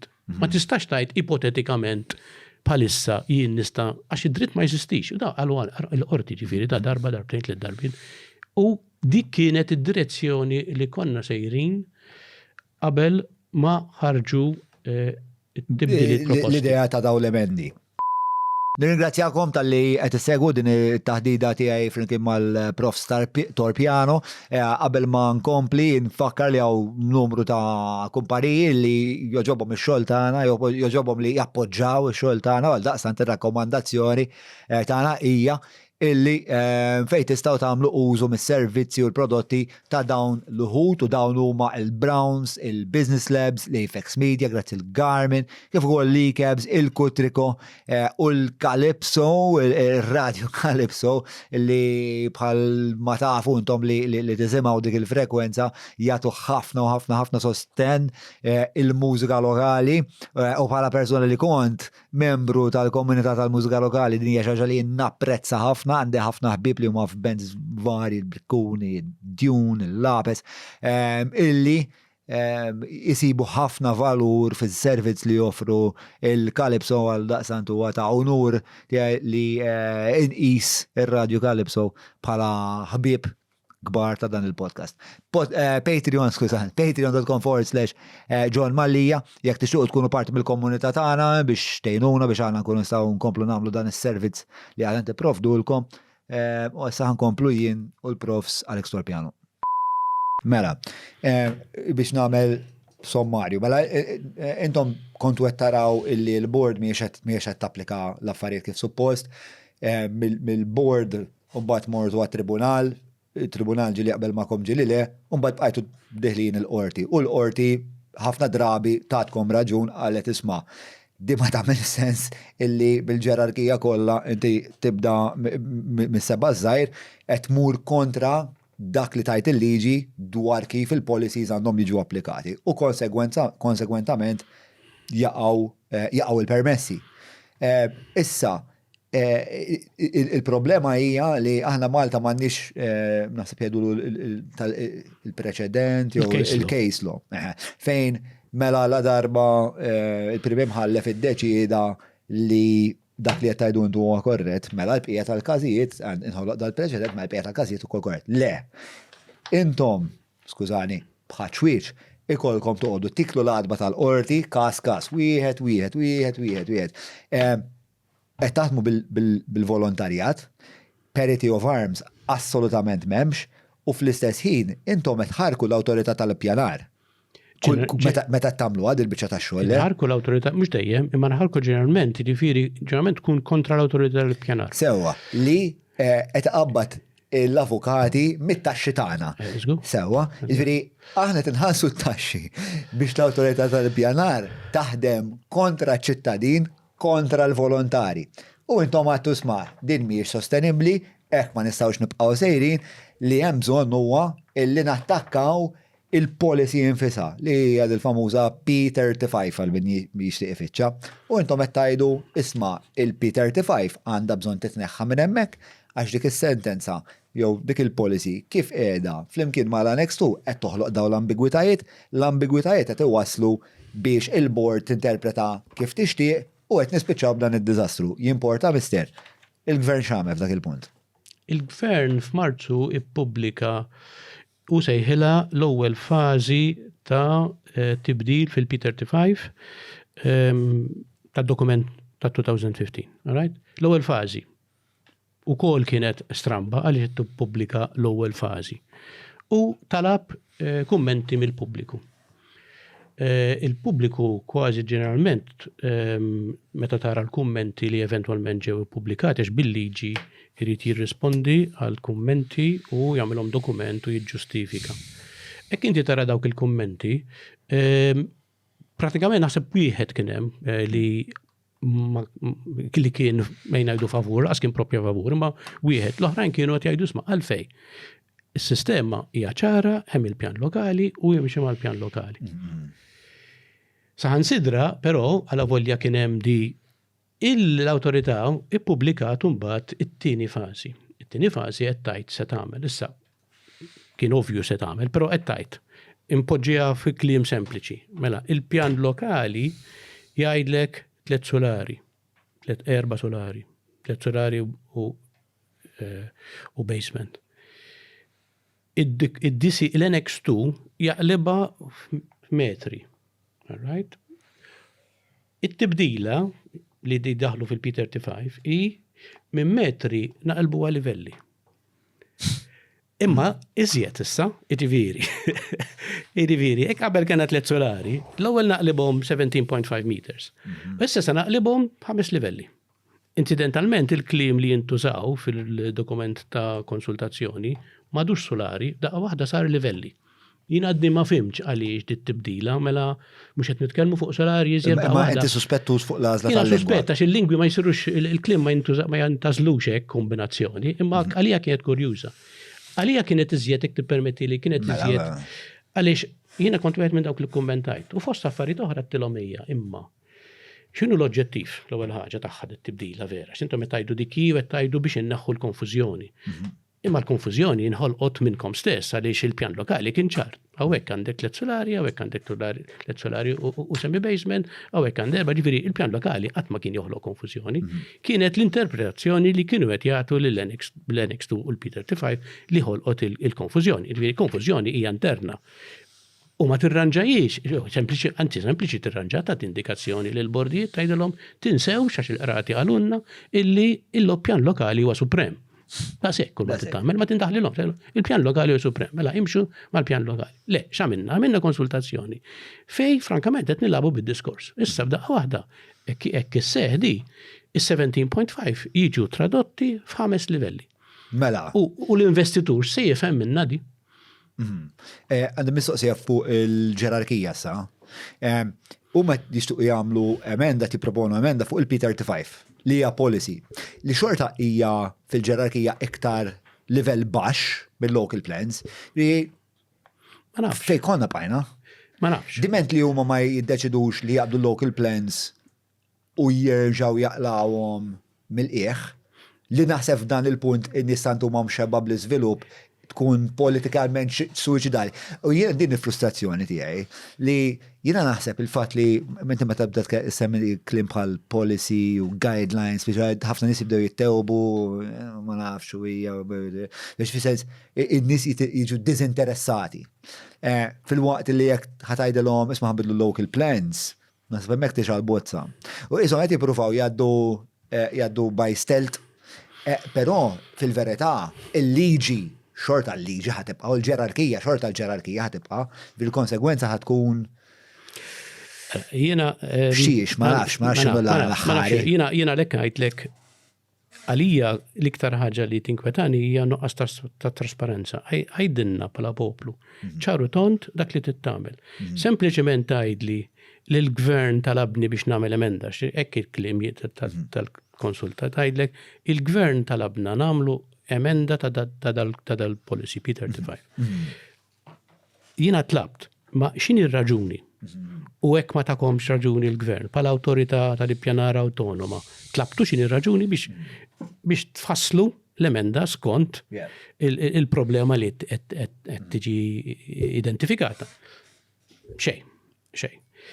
Mela, jien nibda ngħid isma' imma allura hemm xi ħsieb ieħor għax tinsiex għalhekk semmejt dawwer id-tibdila ta' 2015. 6 xhur wara il-liġi sanitarja, hemm xi ħsieb ieħor, pereżempju, issa jkun hemm il-P35, issa nagħmlu tibdila żgħira tal-pjan lokali u ngħidu ara fejn hemm referenza għal 3 solari, ngħidu illi trid tiffollowja l-P35. Qed tifhimni? U dik is-sentenza waħda U dik is-sentenza bdilt kollox. Jiġifieri aħna bħala NGO ngħidu għajdilna l-verità xi tridu tagħmlu biha di. Hemm bżonn li nkabru l-popolazzjoni, mela ippjanaw għal tibdil fil-popolazzjoni. Hemm bżonn li kullum kien jiżviluppa l-istess, hemm bżonn, jiġifieri għalija dik l-iktar li toffendini. Ok, mela, Julian qed jgħid l-aħjar nispjegaw ftit x'inhi l-P35, però kellek ukoll id-definizzjoni ta' commitment. Mela, jekk għalmejn qed isegwi, naf li qed ngħidulkom ħafna affarijiet u forsi uħud minnhom ftit aljeni għal ħajjitkom u forsi ftit komplikati, però bdejna ngħidu illi deċiżjonijiet li ġili jittieħdu dwar kemm għandu jkun hemm qoli ġejjin mill-idea tal-commitment. Sewwa, issa, commitment kif hija id-definizzjoni tiegħu ġewwa d-dokument dak huwa id-DC15 li hija l-P1 li hija l-ewwel policy ġifieri, hija the extent of commitments that is to be taken into account when analyzing an existing context will include 1. Existing legal developments that are physically present on site, ġifieri dak li diġà tara bajnejk imbena u lest, valid planning commitments, even if such commitments are yet unbuilt, ġifieri hawnhekk ġa ħareġ permess u allura m'għandux għalfejn ma joħroġ permess ieħor. Any future commitments provided for by the local plans. Mela, u hawnhekk hija huwa d-dettal kardinali. Sewwa, tista' tispjega għalfejn huwa d-dettal kardinali? Huwa d-dettal kardinali għaliex huwed jgħidlek hawnhekk illi committed sal-indikazzjoni li hemm fil-pjan lokali. Mela il-pjan lokali jgħid li 3 solari, hemm commitment skont d-definizzjoni ta' 3 solari. Anke jekk m'għandekx permess u anke jekk għadek ma bnejtux. Imma sa 3 solari, mhux Annex 5. Dik hi l-logħba. Eżatt. Erġa' tara l-waħda s-sentenza ħana mill-punt żgħir. Mela.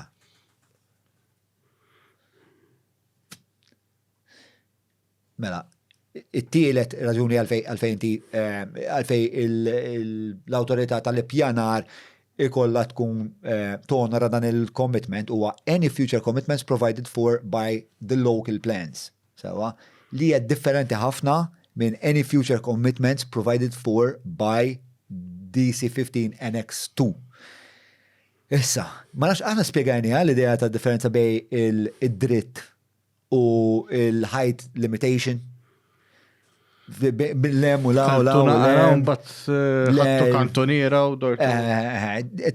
Prova kemm jista' jkun inżomm il-konverzazzjoni lineari u limpida, però forsi mhux dejjem qed jirnexxieli. Mela, tista' tispjegalna waħda id-distinzjoni bejn height limitation u dritt li l-autorità tajt li tatik l-Annex 2 li inti tajt ma tatikx. Mela, il-height limitation huwa limitu fuq l-oli. Sewa. Il-klim jintużaw fil-pjan lokali għandhom sinifikat għal min jippjana, għandhom sinifikat ta' density, għandhom sinifikat ta' intensità ta' żvilupp. Dak li jsejjaħ dritt, hekk wieħed jara dik il-klawżola li intom għadkom hemm rajtu, wieħed jista' jinterpreta illi hekk ikun hemm commitment kif inhu deskritt hemmhekk. Għandek dik li jgħidula legitimate expectation, mhux dritt, aspettattiva leġittima, illi inti tieħu l-permess dejjem hekk jinkwadra f'dawk il-limiti. Ġifieri inti għandek triq fejn għandek predominanti 3 solari u tiġi biex tapplika, għandek aspettattiva leġittima illi tajt għandhom ituni permess għal 3 solari. Jew hekk il-pjan lokali jgħid isma' hawnhekk hawnhekk toqgħod l-appartamenti, hija aspettattiva leġittima illi jituk permess tal-appartamenti. ċertament mhuwiex dritt u hekk inbidel il-pjan lokali mem lebda lok ta' kompens u dan la volja il-gvern innegaħ u għal mhux vera tal-aħħar għamel tibdiliet fil-pjan lokali u ma kien hemm lebda diskors. Xinnega? Għal-verja ħafna diskors, ħafna narrattiva tal-politiċi kienet illi ma tistax neħħilhom id-dritt in-nies. Legitimate expectation f'daqqa waħda sar id-dritt. Imma legitimate expectation hija limitata bil-kliem commitment. Biex nisemplifikaw, ġifieri. Ġifieri għandi dritt nistenna li tuni permess. U jekk, le, ma għax ċorta mhuwiex dritt, Għax daħalt il-kumpens fl-istorja. Li jekk qed nifmek sewwa li jekk jiena għandi plot u f'daqqa waħda inti qed tgħid li dal-plot ma tniex nista' nibni 5 solari ma 3. Mela jiena jekk naħseb li dak huwa dritt tiegħi u l-gvern fundamentalment qiegħed jimponi fuq id-dritt tiegħi, ma jista' ndur fuq il-gvern ngħidu ma kumpensani ta' dawk iż-żewġ solari. Imma fil-verità jiena minkejja li għandi dak il-plot u bħalissa possibilment nista' jinħarġ li permess ta' 5 solari imma mbagħad minħabba tibdila fil-policy ikun ta' 3 jimmandi ebda dritt tal-ebda kumpens. M'hemmx. Ma nafx jekk taf, xax naf li issa ħanitlu forsi fisqaqin li huma legali, imma jekk ikun ħareġ il-permess, mbagħad inbidel il-policy. Jekk ikun ħareġ imbagħad ikun hemm dritti tal-kumpens. Mbagħad ikun hemm dritti tal-kumpens. Għalhekk għadlek tituża l-kliem commitment, jiġifieri hekk għandek permess fidejk, jew hemmhekk hekk inti tibdel dak li jgħid il-pjan lokali, jew nkella l-permess qiegħed fidejk u tibdlu, hemmhekk ikun hemm lok għal kumpens. F'dak il-punt kien hemm il-lok għal kumpens. Mela, Prime Minister Robert Abela last year argued that doing so would be a great injustice. Doing so, what's the so? Adjustments to local plans. Massive adjustments to local plans. Saying that the government can't revoke people's property rights. Imma ti menxa fejta minnhom retroactive. Ma jizistux, imma John. Menxa fejta minnhom retroactive. Dan l-artiklu huwa fact check fuq dak li għal Prim Ministru u l-fact check skont Times of Malta ħareġ li huwa fil-fatt fals. Għax ma jeżistix dan id-dritt. Ma jizistux il-property rights, mux vera. Property right, ekk għandek il-permess fidejk. Għandek dritt tesegwi dak il-permess.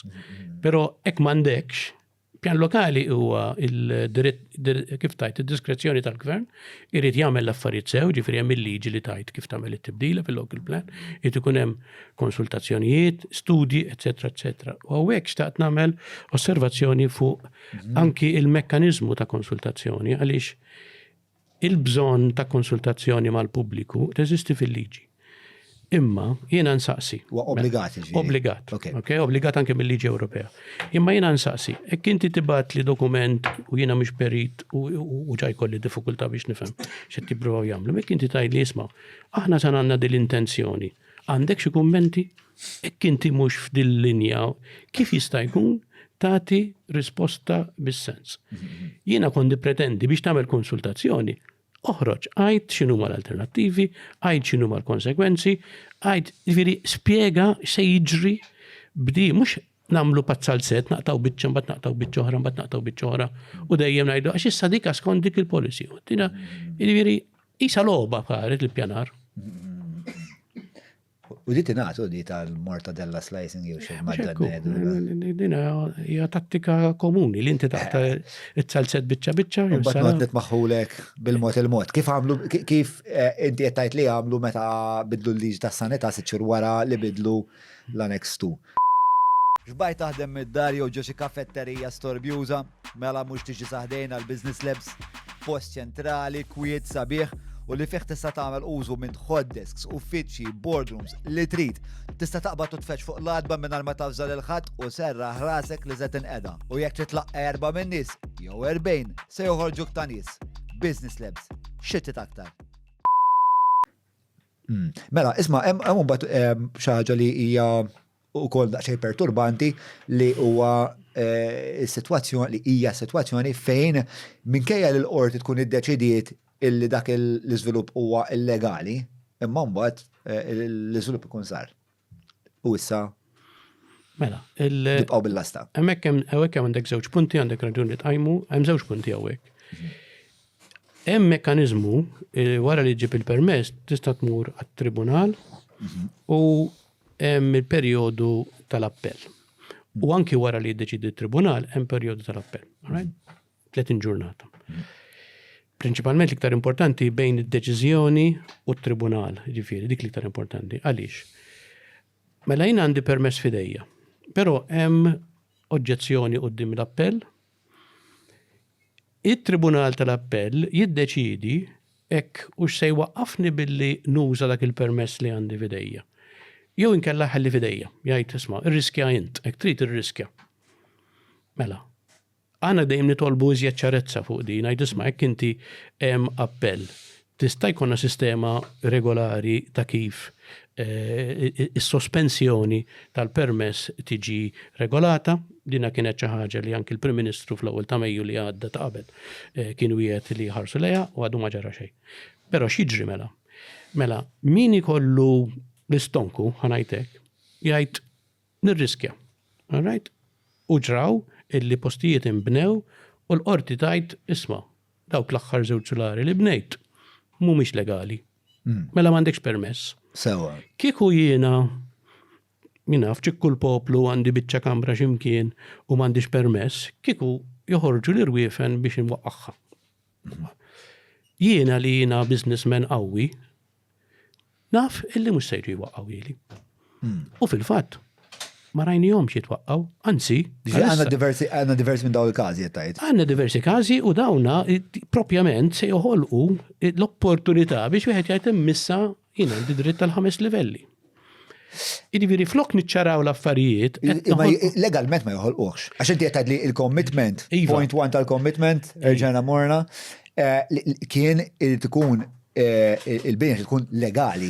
Ewwa qed ngħidu mhijiex legali. Iva John, imma x'iddeċidi li mhuwiex legali? Il-qorti. NGO li tmur il-qorti. Hekk għandha taħdem is-sistema. Intendi li le, imma jekk il-qorti ddeċidiet li din il-binja l-aħħar żewġ solari mhux legali, mela jekk jiena l-board u mbagħad niddeċiedi li dawn iż-żewġ solari ħolqu li commitment meta ċarament P1 tajt existing legal developments that are physically legal developments that are physically on site.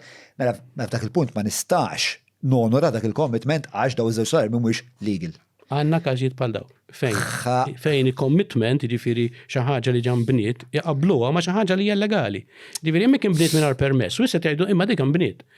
Jiġifieri tispiċċa imma is-soluzzjoni għalina hi l-unika soluzzjoni li morru l-qorti. Però dik hija mhix sistema, il-pajjiż ma jistax jimxi li kull darba titmur il-qorti biex il-liġi tiġi segwita mill-awtorità. Politikament jista' jsir xi ħaġa? X'inhu politikament jista' jsir xi ħaġa?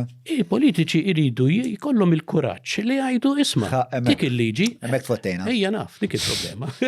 Imma dik hi soluzzjoni, jekk politiku suppostu għal leader, irid jgħid jiena fitsem il-komunità, tispjaċini ta' sur votant tiegħi li tiġi tokrobli, jiena ma nistax intiwlek għax il-komunità tatni dal-responsabilità u jiena hekk irid naħdem. Hawn politiċi li għandhom dak il-kuraġġ li jagħmluha. Ma nafx. Ok, il-rida politika tiġi minn li mkun eżattament id-deċiżjoni li jieħu kieku? Jiena ngħid li d-deċiżjoni li jieħu li jagħti istruzzjonijiet stretti lill-awtorità jgħidulhom iffollowjaw il-liġi, iffollowjaw il-pjan lokali. Mhux jitihom istruzzjonijiet biex jibdu l-emenda biex jagħmlu emenda fil-P35. Ma għallhomx isma' għamlu emenda fil-P35 biex tikkonforma mal-plan lokali, kważi qed jgħidilhom sibu li mezz kif insolvi il-problema. Għax din ma tistax tibqa' sejħela żball li qed jinterpretaw dan il-mod pervers, mhux żball, huwa modus operandi. Xi motiva il-board biex tieħu deċiżjonijiet bil-kontra minflok kif il-liġi tatik l-istruzzjonijiet li tagħmel? Xi motivhom. Ma nafx ngħidlek, ma nafx. Jiġifieri jiena għalija ngħid imma kif jista' jkun illi policy daqshekk ċara qed idawruha.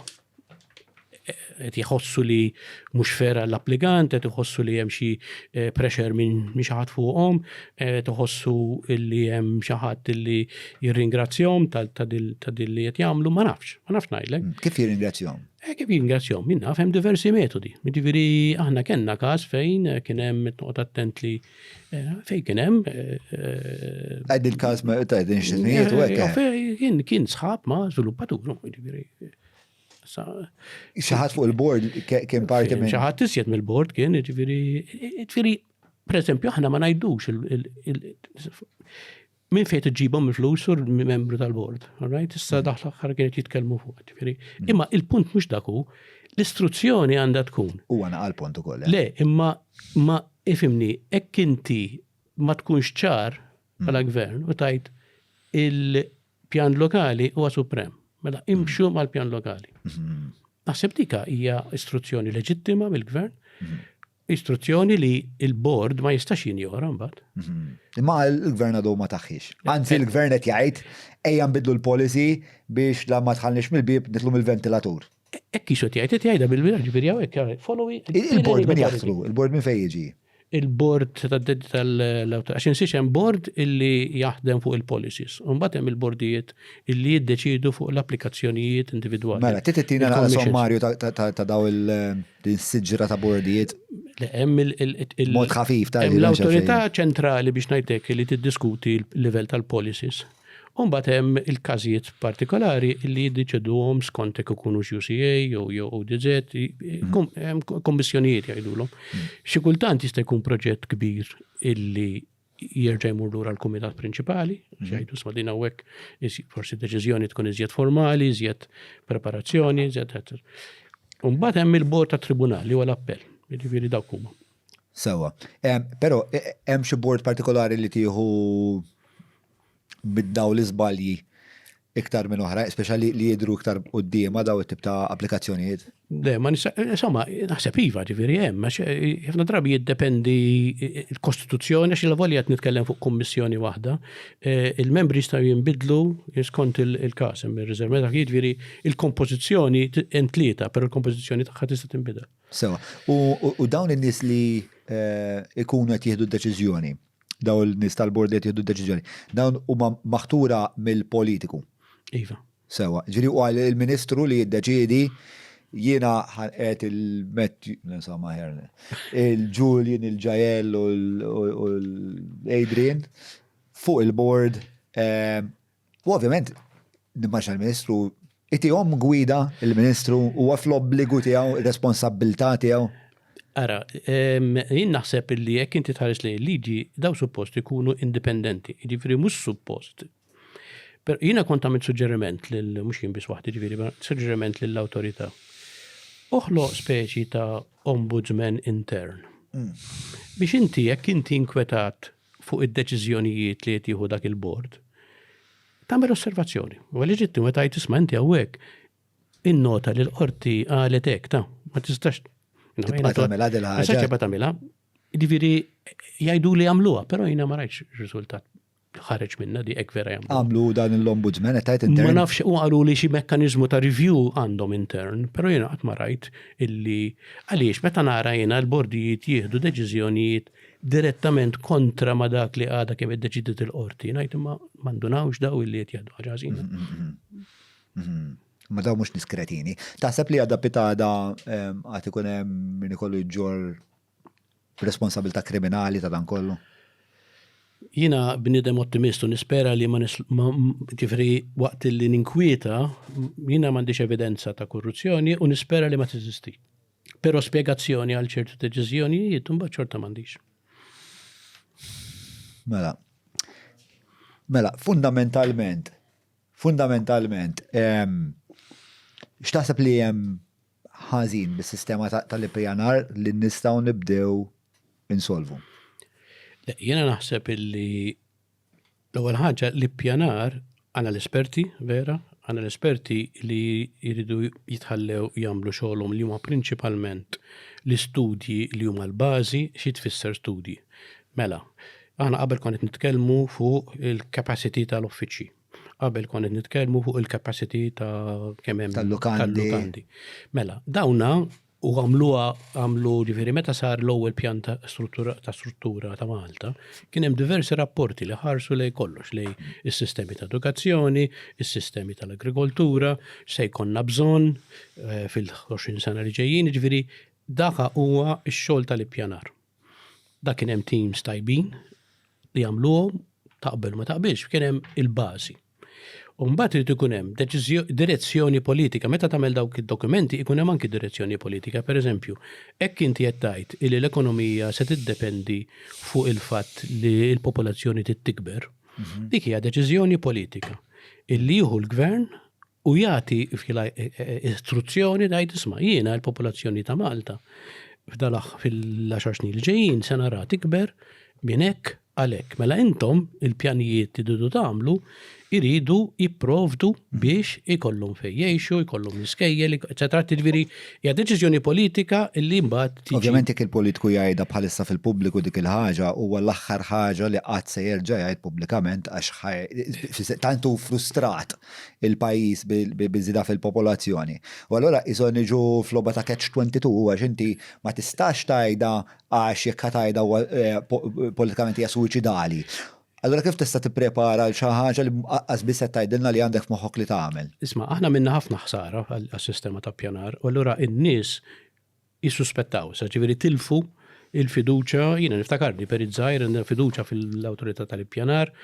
Kien hemm żmien fejn kellek fiduċa fl-awtorità tal-ippjanar. Fil-bidu jiena kont wieħed mill-periti żgħar li insistejna ninsiex li qabel l-awtorità tal-ippjanar kellna ereżiji oħrajn aħna dak li jgħidu l-BDA, ġifieri kien hemm ħafna u konna sejrin direzzjoni disastruża. U allura konna biex ngħidlek ħerqanin li naraw mekkaniżmi serji ta' kif il-pajjiż jiżviluppa mingħajr ma jitarra. Jiġifieri mument minnu ħabba illi l-awtorità tal-ippjanar f'dek ir-rwol trid tieħu deċiżjonijiet anki mhux popolari, mela meta jien ngħidlek le għall-permess tiegħek, inti ma tuħux gost u tipprova tara kif tagħmel, tkellem il-da, tkellem il-ieħor da. Fis-sistema oriġinali tal-awtorità tal-ippjanar, il-politiku kellu ftit mekkaniżmu fejn jista' jindaħal. U dik dejqithom il-politiċi. Dejqithom. Għaliex ma jistgħux jintervjenu. Ara bil-mod il-mod ħallewa, u mhux qed nitkellem fuq dal-gvern, ta' ġifieri gvernijiet. Ħallewa, tawa naqra spazju biex ikun hemm iżjed ngħidu kuntatt dirett bejn. Jien niftakar darba kelli proġett mort nurih lill-Senior Planning Officer u risposta tiegħu kienet inti mort kellmu l-Prim Ministru. Jiena skużi għalfejn nitkellem il-Prim Ministru, nitkellem mal-planners, Jiġifieri hawnhekk suppost nieħdu diskussjoni jekk hux tajba dal-proġett jew liema direzzjoni qed nieħu. Jiġifieri hemm dil-mentalità.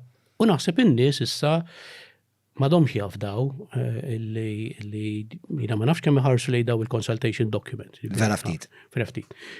Ma nafx kemm jifhmuhom għax mhux tort tagħhom li jifhmuhom. Ħafna inqas. Jiena tekniku wkoll li kolli diffikultà nifhem imma x'il-laħwa tippruvaw tagħmlu biha għajdulna. Jiġifieri għax intenzjonalment ambigwi qed ambigwa jgħidu ma jgħidu smax dawn dat-tip ta' emendi bil-forsi tkunu ġeneriċi mhux speċifiċi, imma skużi ta' meta tgħidli 17.9 metru hija speċifiku ħafna, jiġifieri mi ġenerika xejn. Imma hemm da issa il-sistema trid tibda naħseb jien billi tinvolvi komunitajiet forsi mhux kullum kien biex jibdew jifmu.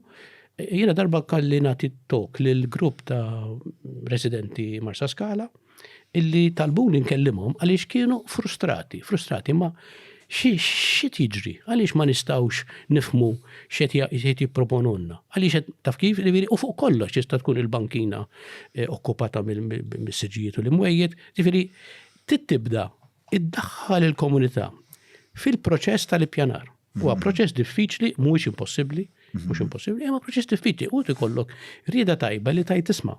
Ħa nispjegalkom għax intom m'intomx tekniċi, imma hekk ma nagħmlux hekk ikollna dil-problema. Jew hekk nagħmlu hekk nistgħu nagħmluha hekk, jew nistgħu nagħmluha hekk. Pajjiżi oħra daw żviluppawha, ġifieri m'hemm l-ebda raġuni għaliex aħna ma nagħmluhiex ukoll. Komplikata. Sakemm tibda, sakemm tibda. Mela, sissa l-affarijiet li qed tipponta lejhom huwa li inti tixtieq tara titjib tal-proċess ta' konsultazzjoni li jsir mill-grassroots, isir bottom up. Jew ngħidu tinħoloq għall-qas feedback loop. Menu Feedback loop ġejja mill-fatt li il-politiku xogħlu li jagħtina direzzjoni ġenerali soċjo-ekonomika. Ħanżidu il-popolazzjoni jew ħanżidu din il-kwalità ta' turisti u minn dik id-direzzjoni politika u mbagħad nitlu għall-parti teknika li hija informata mid-direzzjoni politika, però mhux influenzata b'mod illi tipperverti l-proċess tekniku kif qed naraw hawnhekk. Ġifieri inti qed titħadded fuq dawn tliet affarijiet mela proċess ta' konsultazzjoni aħjar li konsegwentament jagħtina pjanar aħjar u iktar long term, qed nassumi, u trasparenza anka fil-deċiżjonijiet politiċi, soċjopolitiċi tal-politiċi tagħna. Trasparenza importanti, jiġifieri x'inhu l-iskop vera Għalfejn tagħmilha li. Tagħmilha, right? Hekk nista' tippermetti li nikkwota sentenza żgħira minn Laudato Si li kienet enċiklika tal-Papa. Hemm post minnu fejn jitkellem fuq ir-responsabilità tal-politiku u l-ippjanar. U jgħid, fost affarijiet oħra jgħid, tridu tqisu għal xiex qed isir dal-proġett u min se jħallas. Sempliċi. Għal min se jsir, jiġifieri min se jiggwadanja minn dal-proġett u min se jħallas. Jiena forsi hawnhekk nixtieq niddefendi ftit in-nies li huma proponenti ta' suq ħieles, jiena m'għandi ebda problema li ssir lukanda u l-lukanda toffri servizz vera tajjeb u konsegwentament inti tagħmel flus tajbin u timmeljora l-andament ta' ħajtek, bomba. Però l-istat għandu l-obbligu li waqt li inti qed tagħmel dawn l-affarijiet kollha li ħajtejbulek il-kwalità ta' ħajtek u jekk forsi kellek dell-ambizzjoni, all well and good, l-istat għandu l-obbligu fundamentali u prinċipali li ħares my negative rights. Illi jiena ma niġix misruq bil-kwalità tal-ħajja tiegħi, mill-kwalità ta' trasport tiegħi, ta' sistema ta' dranaġġ tiegħi, infrastruttura, eċċetera. Jiġifieri jiena nemmen li jista' iż-żewġ miri jistaw jintlaħqu kemm il-darba l-istat jagħmel xogħlu u l-imprenditori jagħmel xogħlu.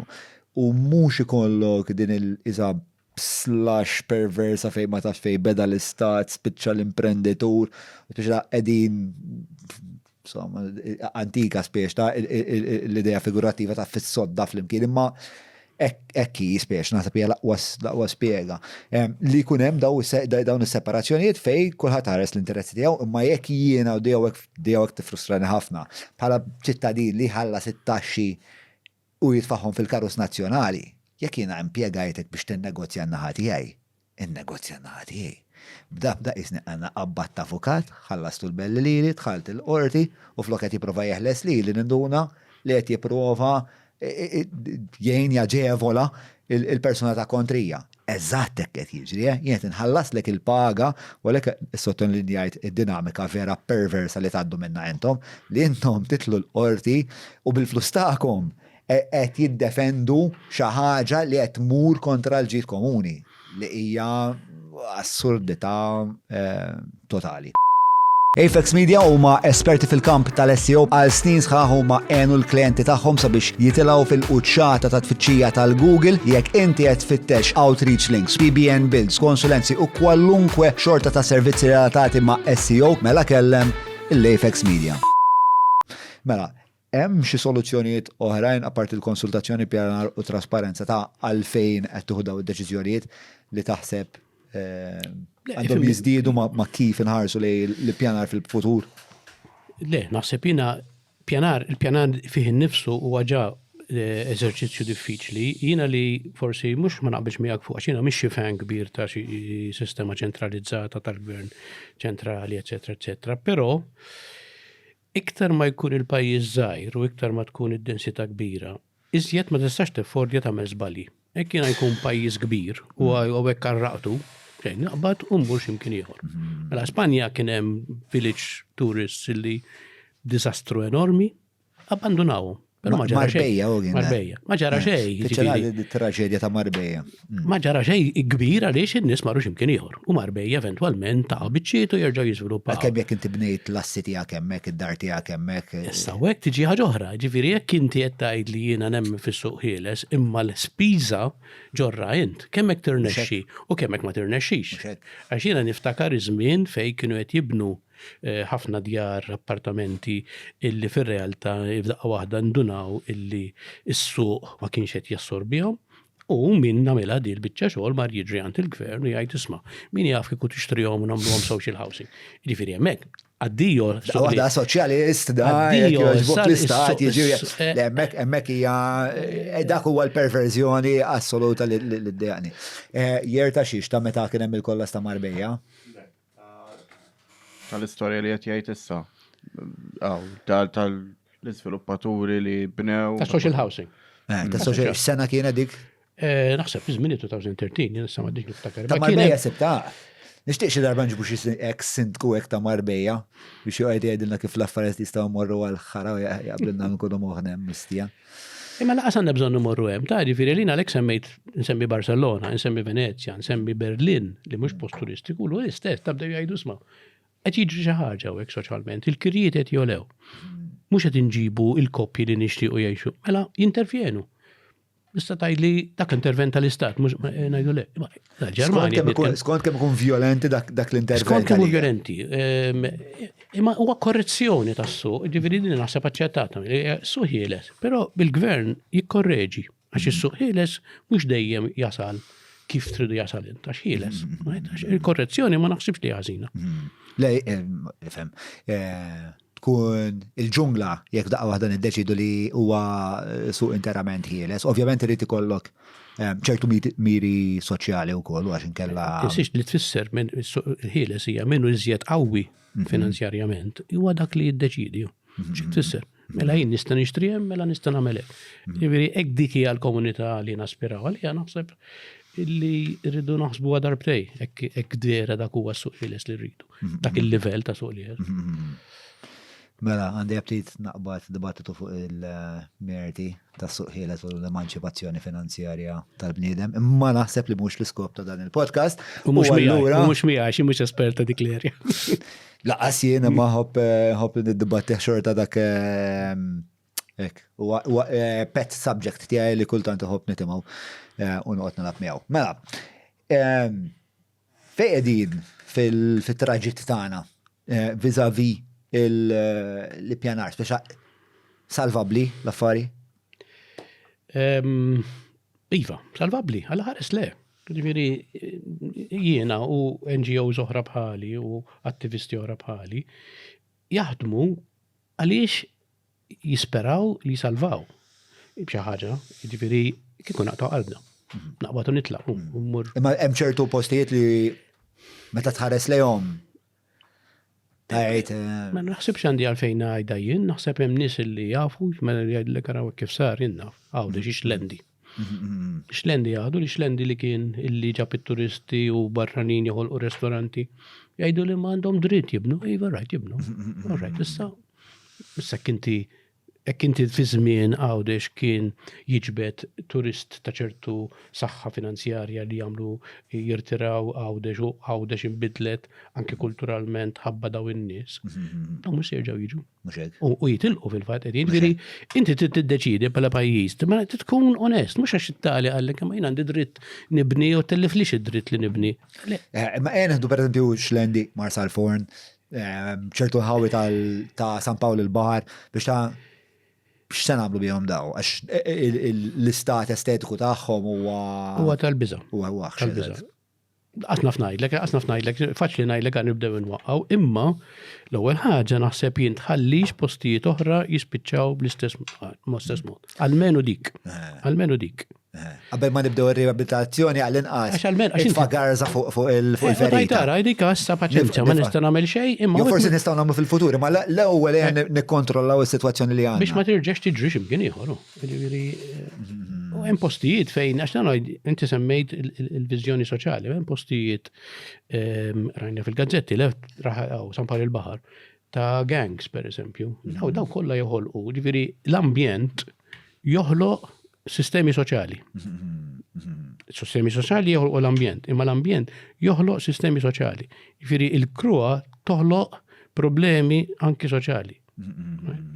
L-ħar darba kienu Antoine Zammit u bdejna nitħattu naqqa fuq l-impatt li l-estetika għandha fuq il-psike tal-bniedem u kif meta inti tidra fil-krua il-moħħok jibda jirraġuna b'tali mod li jibda jara d-dinja kerax fil-fatt inti f'dawk il-konfini tgħix u konsegwentament l-imġiba tiegħek tkun waħda li mhijiex pożittiva.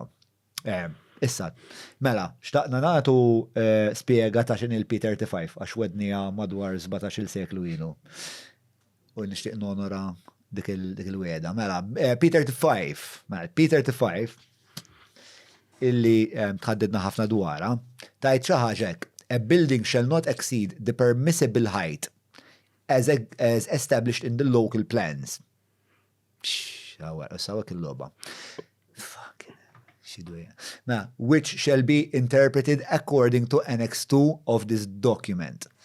Such height shall be measured from the pavement level along the frontage of the building at the highest street level and will include the provision of any setback floors and services as well as obligatory 1 meter parapet wall li huwa dak iċ-ċint la pramorta on the exposed facades at the uppermost roof level.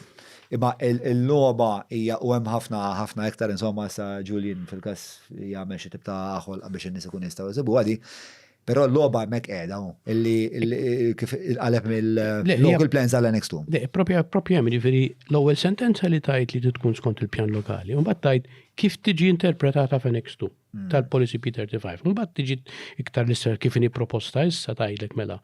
Hekk faċċata hija permessa per eżempju sa 17 metru u nofs illi tiġi it-translation ta' 3 solari bil-semi basement. 5 levels issa jidħlu 5 levels above the highest pavement will be allowed. Jiġifieri tibda mit-3 solari u semi basement. Taqlibhom 17 metru u nofs u bad taqlibhom f'5 livelli. Jiġifieri iktar konfuża minn hekk ma għaddejna minn dan iċ-ċirku konfuż biex ġejna lura biex minn tlieta ġejna ħamsa. Maġija e allegrija, signori e signori. Kux qed nifhem kollox kif naħseb li qed nifhmu. Dak li permezz tad-DC15 Annex 2 u tibdilizzar li saru fih mid-DC07 għall-Annex 2 in terms of the building heights. Umbat il-bidla ta' sanita. Bro, nasab għadef kif xejt il-moħ ta' ħafna nis, skużaj, sorry, sorry. Ta' ħafna nis li għet jisimaw, DC07. Mela, il-DC07 kienet. Tlet beats, għax umbat l-oħrajn minn irrit jitħol il-faktar dettal. Knock yourself out. Mela, DC07 kienem tiġa l-building heights stipulati. Iwa, ħan kompli. Go ahead. Mela, DC07 kienem tiġa l-building heights stipulati. Fl-Annex 2 ta' DC15 kien hemm tibdil żgħir minimu naqblu.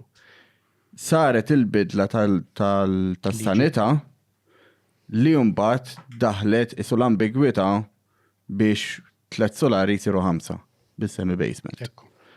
Li qed jagħmlu issa huwa mhux qed jippruvaw jaħbuha u qed jgħidu isma' 3 solari saru 5 livelli. Ma jgħidux direttament, jgħidu 3 solari u semi basement saru 17 metru u nofs. U 17 metru u nofs fisser 5 livelli. Imma jena mbagħad ngħidilhom uno reverse, nibqgħu sejrin li l-local plans u ġejna tlieta.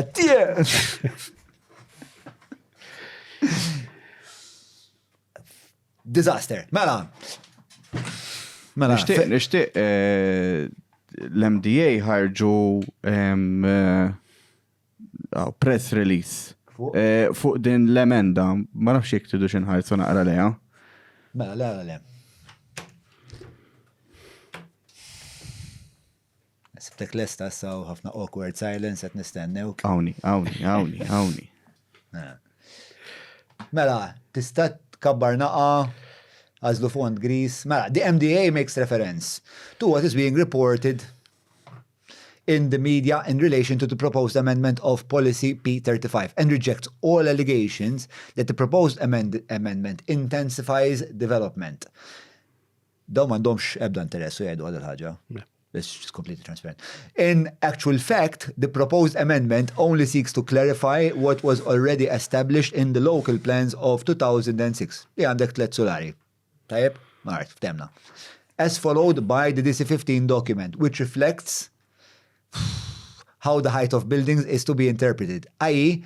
in meters as opposed to floors. It is also completely untrue that the policy P35 of DC-15 amends what was approved in the local plans established in 2006.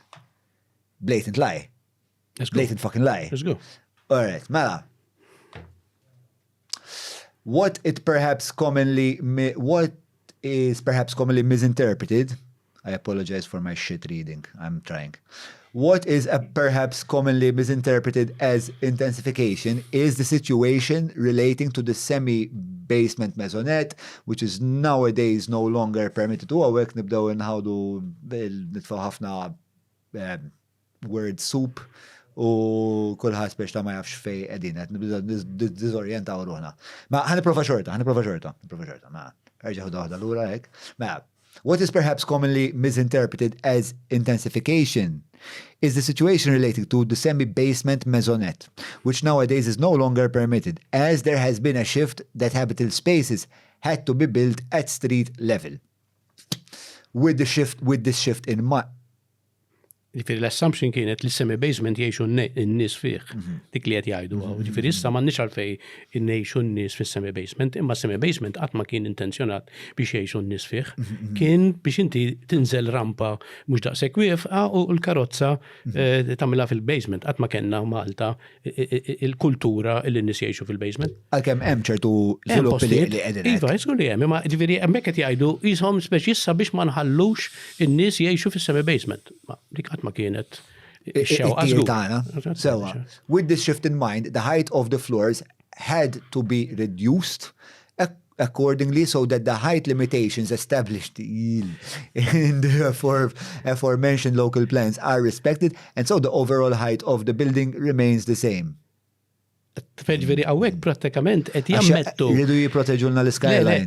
Le, ma iktar minnek, għawek letteralment et jammettu illi tibdila fil-loli minimu ma kienx ħabba raġunijiet sanitarji imma we had to reduce the minimum height biex jiffitjaw. Biex nibqaw. Biex jiffitjaw. Imma li mux jitisemmi, għafjeti l-intensification, is-sektarit fit-2015 jew le, għaxin najt ħaġa wahda li d-daraw, 3 affarijiet anzi.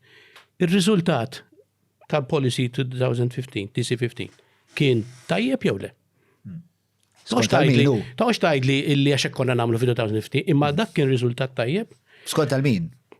U t-tini ħaġa hija, ek mem lebda tibdila sinifikanti, għalfejt namlu għad il-consultation. Ġifiri dill-loba kollha u ma se nibdlu xejn.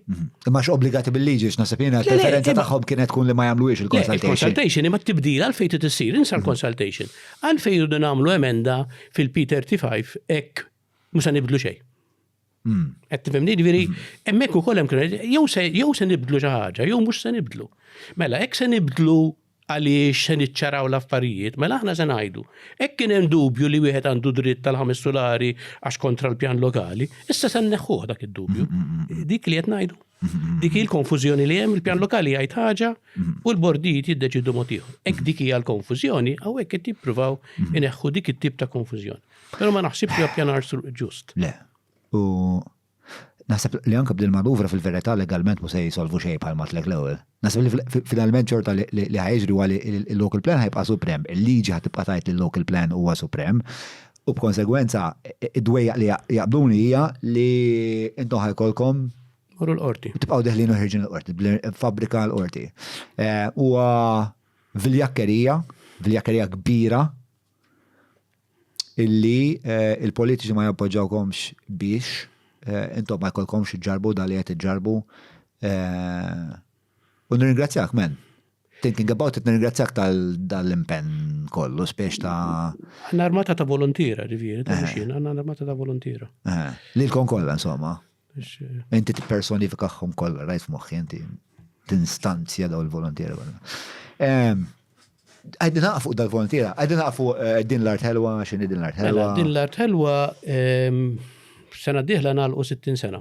Ġiet istituita fil-65, ġifieri sena wara l-indipendenza. Okay. U kien hemm raġunijiet simili għaliex dak iż-żmien kien hemm ovvjament l-ekonomija militari trid tinbidel għal ekonomija bbażata prinċipalment dak iż-żmien fuq it-turiżmu u l-industrija, allura kienet jinbnew ħafna industriji, ħafna lukandi. Kien hemm anki għal xi raġuni politika li ma nistax niftakar jew ma nistax nifhem illi ċertu rħula ħabba l-karozzi niftħulhom l-avenues biex u kien hemm reaction minn nies li bdew jgħidu smama noqogħdu attenti, l-iżvilupp irid isir, il-lokandi rridu jsiru, l-industri rridu jsiru, però ma nitilfux dak li għandna. Hekk bdiet din l-art ħelwa.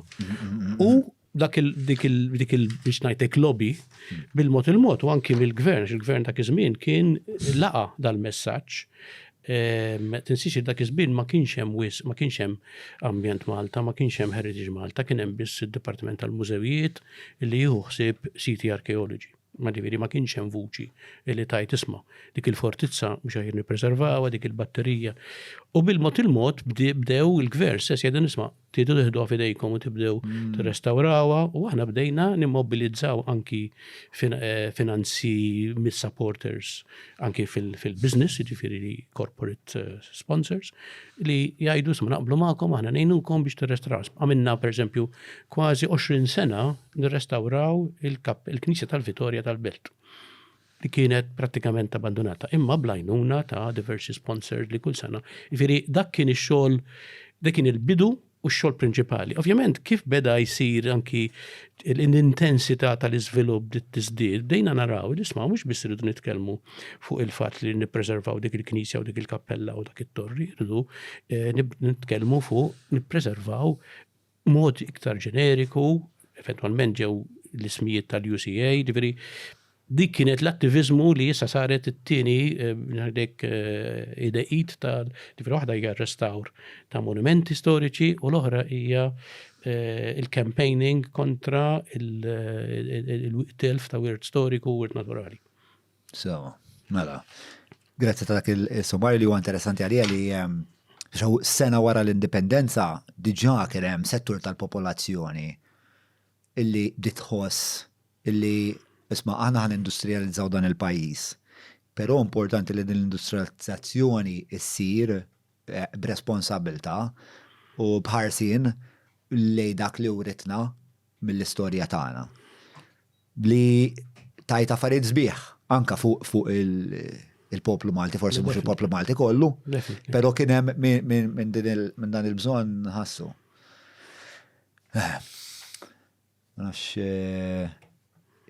Biex kif marret daqshekk ħażina u l-affari? Il-flus. Jew il-flus faċli.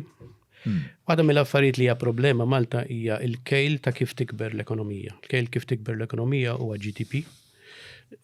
L-Ewropa bdiet titkellem li tibdel, imma l-GDP, jiena nagħti l-eżempju, hekk jiena jkolli għalqa u mbiħħa biex nibni flett, il-GDP jola. Però l-fatt li m'għadniex nipproduċi l-patata ma teffettwax il-GDP. Issa, wieħed irid jgħid, mela hekk nagħmlu da nibqgħu sejrin. Fl-aħħar nispiċċaw niklu l-ġebel, kull patata, meta fejn se nsibuha. Ġifieri hemm dal il-difett fil-mudell tal-GDP illi il-kosts ambjentali, il-kosts anke ta' saħħa, ma jiġux ikkalkulati. U hemm ħaġa ħar minn hekk, jiġifieri biex tifhem il-GDP huwa kejl ta' kemm jintefqu flus, jiġifieri jekk inti jkollok qed nisaġera hekk, hekk ikollok diżastru naturali u tittamel reconstruction, il-GDP tidola.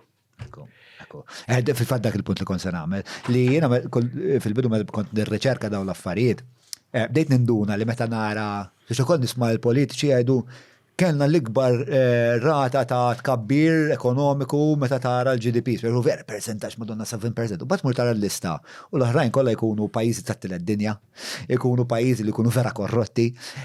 Il-fatt li inti tkabbar il-GDP b'mod daqshekk violenti mhuwiex xhieda ta' għaqal.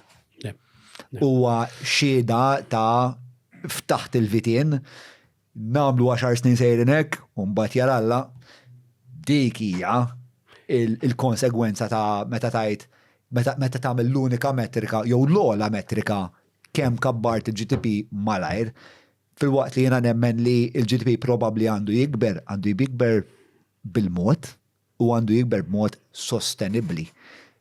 F'dan il-punt qed noqtlu il-wizza li tbit il-bajda tad-deb. Għalfejn naf li gus jgħidula wizza, ma nafx. Prosi ta' xina konti l-infittxa il-kelma. Xini wizza, jidir li hija wizza. Għax l-analogija konti li biex nuża. Biex tuża? U spiċċajt nuża t-ġiġa li miex l-istess ħaġa. Inti tajtni ħafna jena tajtek il-wizza. Il-wizza li. Mela, ħanaddu issa għal mistoqsijiet mill-Patreon stana. Mela, issa ħanaddu għal parti li tisejjaħ il-patruni jistaqsu palma tafu hija miġjuba li jkom bibtana tal-Browns, partikolarment mis-servizz tal-Gut Health.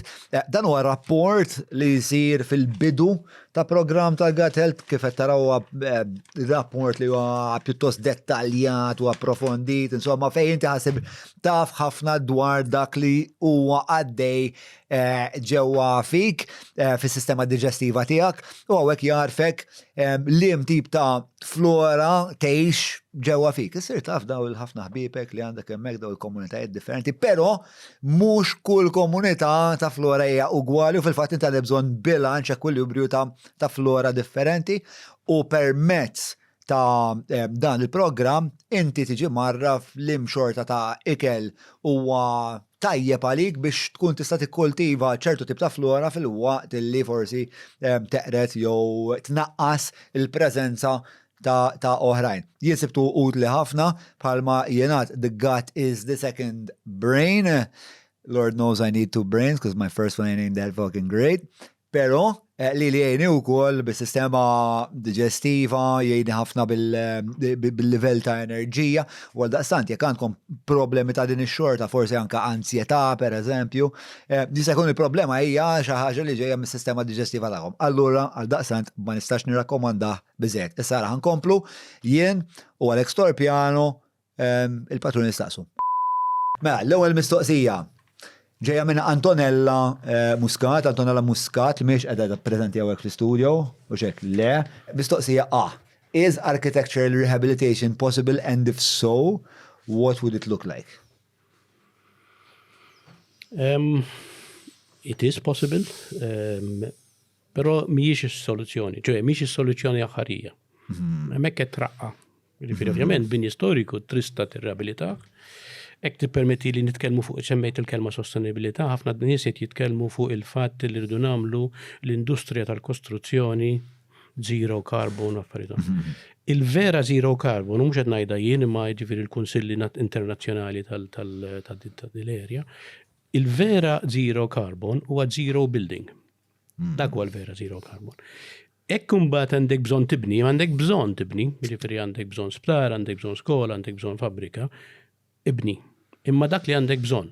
U dik taqta l-ispekulazzjoni. M'għandek bżonn tibni appartamenti għawdex għal Airbnb. Nibni lokanda, qed tifhimni ġifieri hemmhekk tibda tkun vera sostenibilità. U mbagħad hekk għandek bżonn tibni u tittibni, u mbagħad uża materjali riċiklabbli, u mbagħad daħħal l-effiċenza tal-enerġija. Ġifieri aħna f'moħħna sostenibbli tfisser solar panels u insulation. Fir-realtà dik hija l-aħħar biċċa. Għanna ħabta naqbdu għam il-patata l-affari għahna. Ija, vera. Imma ġifieri meta tgħid li restoration hija importanti tiġi tieni pass għaliex bini eżistenti biex intik eżempju ma nafx hekk huwa kunċett forsi diffiċli biex nispjegah. Aħna nużaw il-kelma carbon footprint. Xi tfisser carbon footprint? Tfisser kemm il-materjali li qed tuża jew il-proċessi li qed tuża għandhom emissjoni ta' dioxide, carbon dioxide, okay?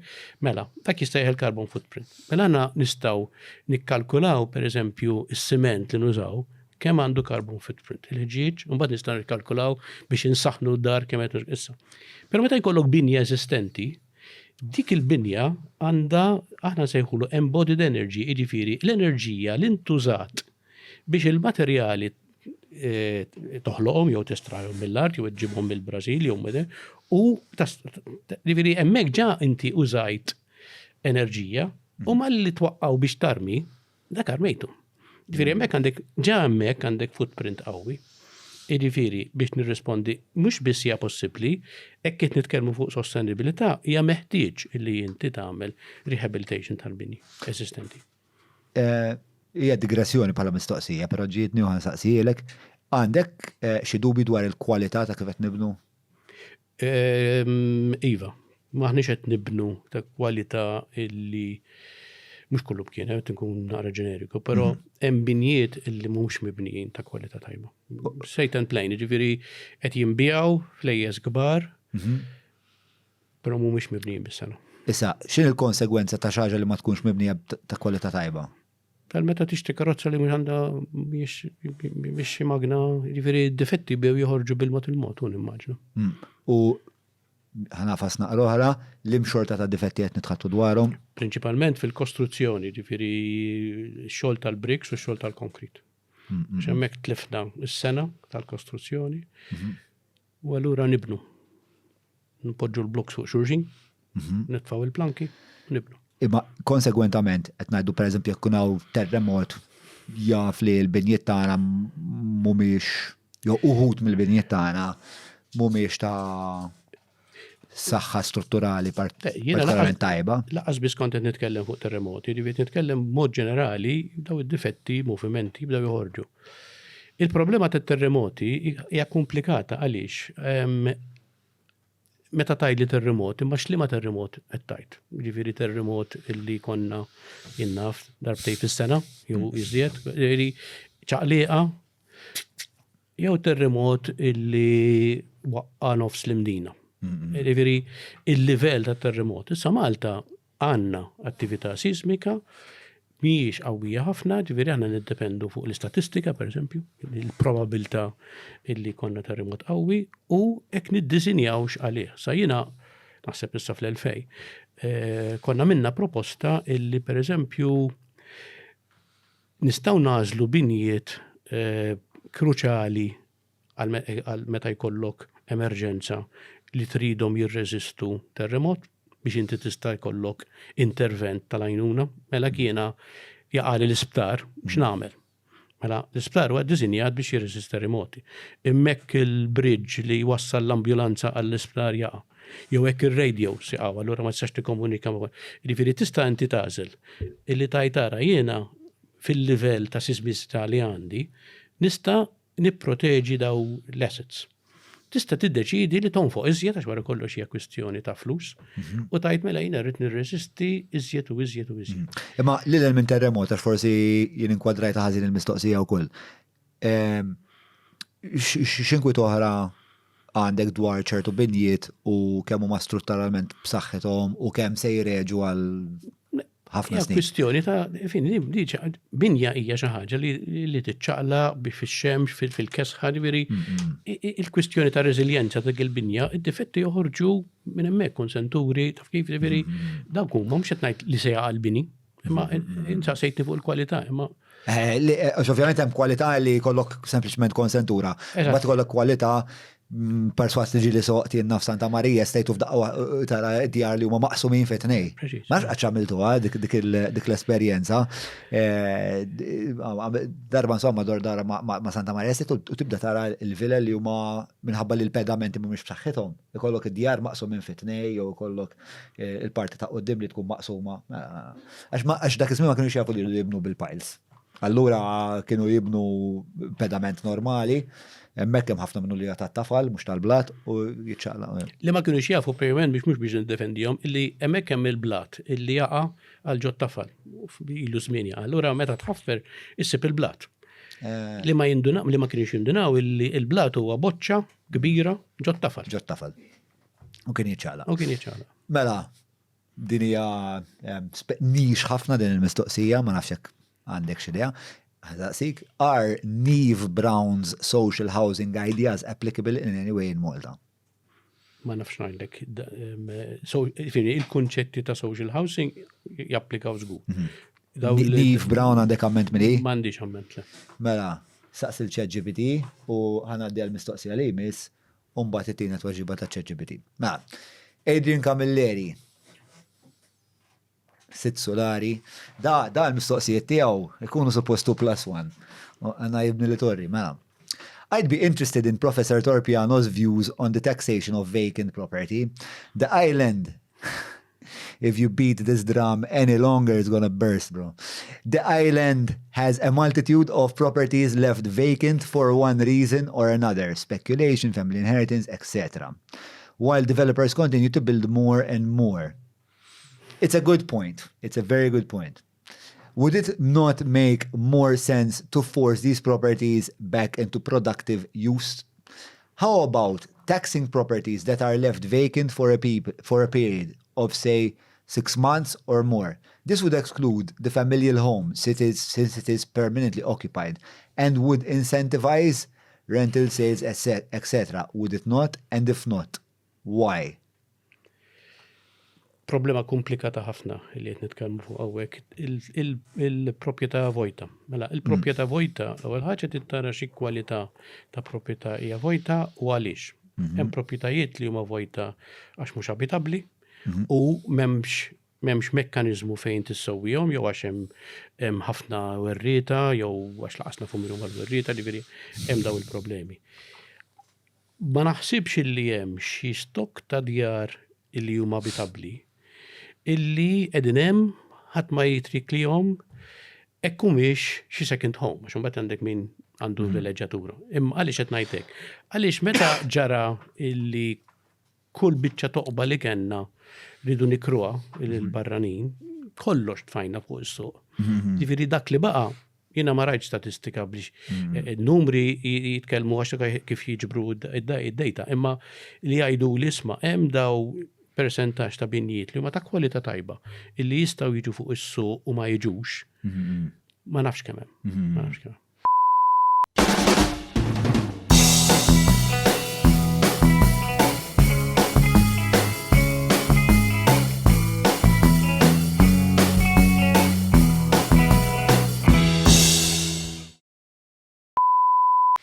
Jaħseb li hemm jiġuni f'moħħi pereżempju Triq Manuel de Mek. Tara ħafna binjiet illi huma delapidati, illi isuħat mandu interess illi jerġa' jreġġaħħom ħafna ħwienet, pereżempju postijiet kummerċjali, ex-kazini pereżempju, illi forsi jaħsbu li l-ispiża li tirriabilitom, li terġa' ġeddidhom, terġa' tihom il-ħajja, hija wisq kbira u allura ħalluhom spex ta' jkomplu jiddeterjoraw. Issa jista' jkun li hemm il-problema li attenti li dawnu għandek problema ta' werrieta, ma nafux il-werrieta minn huma, però ma jistax ikun it-triq kollha hekk. Sewa, ma jistax ikun it-triq kollha. U dawk naħseb f'dak il-każ dawk għandna b'xi mod niddiżinċentivawhom biex jew tara kif x'ħad tagħmel din il-proprjetà. Jew nkella jekk ma tiflaħx biex inti ttejjeb il-qagħda ta' triq. Mela biħħa għal xi ħadd li jista'. U naħseb bil-proposta ta' Adrian li inti b'xi mod irid nitfalek pressjoni jiena. Tittargetja, ġifieri jekk inti għax hemm proprjetajiet li ħalluhom deliberatament imorru lura, eventwalment jaqgħu, mbagħad jiġru perikolużi u titwaqqagħhom. Ġifieri xi kultant hemm din il-logħba wkoll. Hemm dik il-logħba wkoll li tajt isma' sa ġifieri għax m'hemmx obbligu li ssewwiha. Għandek post permess biex iwaqqagħha m'għandek. L-inċentiv m'hemmx parti minn dal-incentive structure li tista' tajt isma' jiena nħalliha, mbagħad bil-mod il-mod jibdew jaqgħu t-twieqi, mbagħad jaqa' s-saqaf, u mbagħad tajt isma' issa l-unika soluzzjoni li nwaqqagħha. Ġifieri hemm dawk il-każi ma sax ngħid li hemm. U hemmhekk forsi xi għodda kif issemma tista' tkun utli. Mhumiex sempliċi, ġifieri jekk inti kont naqra nervuż fuq l-intervent tas-suq tal-Gvern ċentrali ukoll hawnhekk hemm dawk il-perikli. Però nifhem illi hemm daw il-proprjetajiet illi wieħed kważi qed jabbuża fil-fatt illi ma jġibhomx lura fuq is-suq għal dal-iskop. Le, jekk għalija bħala ċittadin fl-aħħar mill-aħħar minkejja li nemmen fil-free market però l-ekonomija mhijiex l-unika ħaġa. Bħala ċittadin li qed kerraħ li din itri u qed tiġi taqgħu tqum, għax forsi inti għandek xi ħamsa minnhom da u hija mbagħad xi darba forsi nagħmilha jew sempliċement m'għandekx il-kapital biex tinvesti fiha. Imma qed kerraħ il-bqija tat-triq u l-bqija tal-esperjenza għal kulħadd u ċertu nħawi fejn suppost għandek it-turisti għaddejjin qed jaraw qed jgħaddu minn din iż-żona fejn hija kera. jiena bħala stat għandi bżonn ninċentivak jew niddiżinċentivak waħda minnhom għax inkella jekk ma nagħmel ebda tip ta' jew inċentiv isma' ħanejnek biex tiżviluppa din il-proprjetà u tagħmilha sabiħa u treġġaħħa lura l-glorja li oriġinarjament kellha mod. Jew kellha diżinċentivak ngħidlek isma' ma jimpurtax, mela din bejwatur tiswa 500,000 mela int għandek 15% fis-sena ta' mbagħad toħodtihom li bil-mod. F'dak il-punt jien ħanara kif ħalama ħadfaħħa fis-suq jew ħaddimha jew xi ħaġa ħanagħmel. Ma jekk m'għandi ebda pressure minn ebda naħa biex fejkonna bqajna. Naqbel ma dik l-approach. Naħseb li wkoll kien sar dan il-punt li fil-verità ħafna proprjetajiet vakanti għaw Malta li huma abitabbli kif għadt inti m'hemmx issa għax ovvjament tant hemm inċentiv li inti titfaħħom fuq is-suq li kien hemm naħseb qabel ma introduċejna t-taxxa tal-15% fuq id-dħul, naħseb kien ħafna nies li qed jikru l-postijiet u qed ma kienx qed jgħidu li qed jikru l-postijiet u allura l-NSO turi numru ferm iżgħar milli fil-verità ikollna, però naħseb issa li t-taxxa ġiet favorevoli ħafna fil-verità biex inkomplu ninċentivaw dawn l-affarijiet. Naħseb li għandna idea tal-im x'hemm stok fuq is-suq u x'm'hemmx, eċetera. Mela, il-mistoqsija li miss, mela, Neve Brown's, ħatina definizjoni, mela, Neve Brown's social housing ideas emphasized high density, low-rise buildings that fostered community and privacy. His designs integrated private gardens, communal spaces, and pedestrian paths, blending urban and suburban benefits. Brown's work aimed to provide affordable, high-quality homes, enhancing residents' quality of life and sense of community. Ovvjament, kull terminu li hemm ġew jimmirta ħafna skrutinju għax hemm ħafna affarijiet li huma suġġettivi. Għal daqstant, ninkoraġikom għal min għandu interess f'dan is-suġġett li jfittex il-Neve Brown u jalla xi darba naħbad magħkom fi triq u tgħidu l-isma' dik rajta fuq Neve Brown. Ħanajlek naqa' u tuni naqa' masterclass fuq Neve Brown ukoll. Il-mistoqsija li miss ġejja minn Matthew Montebello. Matthew Montebello huwa dak is-sinjur tal-kantuniera bissima gustuża ma' kemm xejn arba. Matthew jistaqsi wkoll tkun tista' tispjega kif taħdem il-biċċa meta l-PA tapprova pjanti preżentati. Imbagħad il-bini la jkun skont il-pjanti fid-dera u qas fil-qisien. Imbagħad b'xi mod jiġu sanzjonalizzati jew sanzjonati mill-istess awtorità taħt permess ieħor u bl-aktar qies bażiku dak tal-wisa ta' triq li minna joħroġ il-bażi tal-line of sight principle. Qed jitlobni nispjega d-deċiżjonijiet tal-awtorità. Ma nifhimhomx. Ma tifhimhomx. Alright, mela, tista' spjega ma x'inhu l-fenomenu għax eżatt ma fehmx. Li hemm permess, hekk qed nifhmu sew, hemm permess u l-binja ma tinbenix kont il-permess u mbagħad jiġru l-affarijiet regolari. U le regolari, ma jiġru. Ħafna iktar regolari milli jiġru. Jiġifieri jinnaf tista' tibni pereżempju għandek permessaw u mbagħad din huwa l-linja tal-ODZ, rajta ħallija jiena ġifieri u mbagħad hawn infetħet it-triq. Ma kienx ġifieri bena sat-tarf mingħajr triq, issa infetħet it-triq. Issa eventwalment japplika biex jissanzjona. Ma vera m'hemmx inċentiv biex tagħmel affarijiet bil-liġi fil-pajjiż imma hekk. Iva. Vera tinħossni mazzun, istra, jien nkellmek, grazzi. Hemm ħafna nies li jħossuhom hekk, għax jgħidlek imma allura jien il-baħnan li se nmur dal-proċess kollu. Nasib ħafna nies li huma tipo mhux neċessarjament villani jagħmlu din il-konsiderazzjoni, jgħidu m'hawnx ebda deterrent. Anzi mhux tal-li m'hawnx deterrent, tal-li l-inċentiv huwa kollu illi nagħmel affarijiet bħal dawn. Laqsu inċentiv huwa naħseb jiena sens li tħoss li inti l-baħnan li titħallas it-taxxa kollha. Diki, jiġifieri meta l-oħrajn qed jiċċitjaw, diki naħseb mhux għax int villan imma tħossok iblaħ.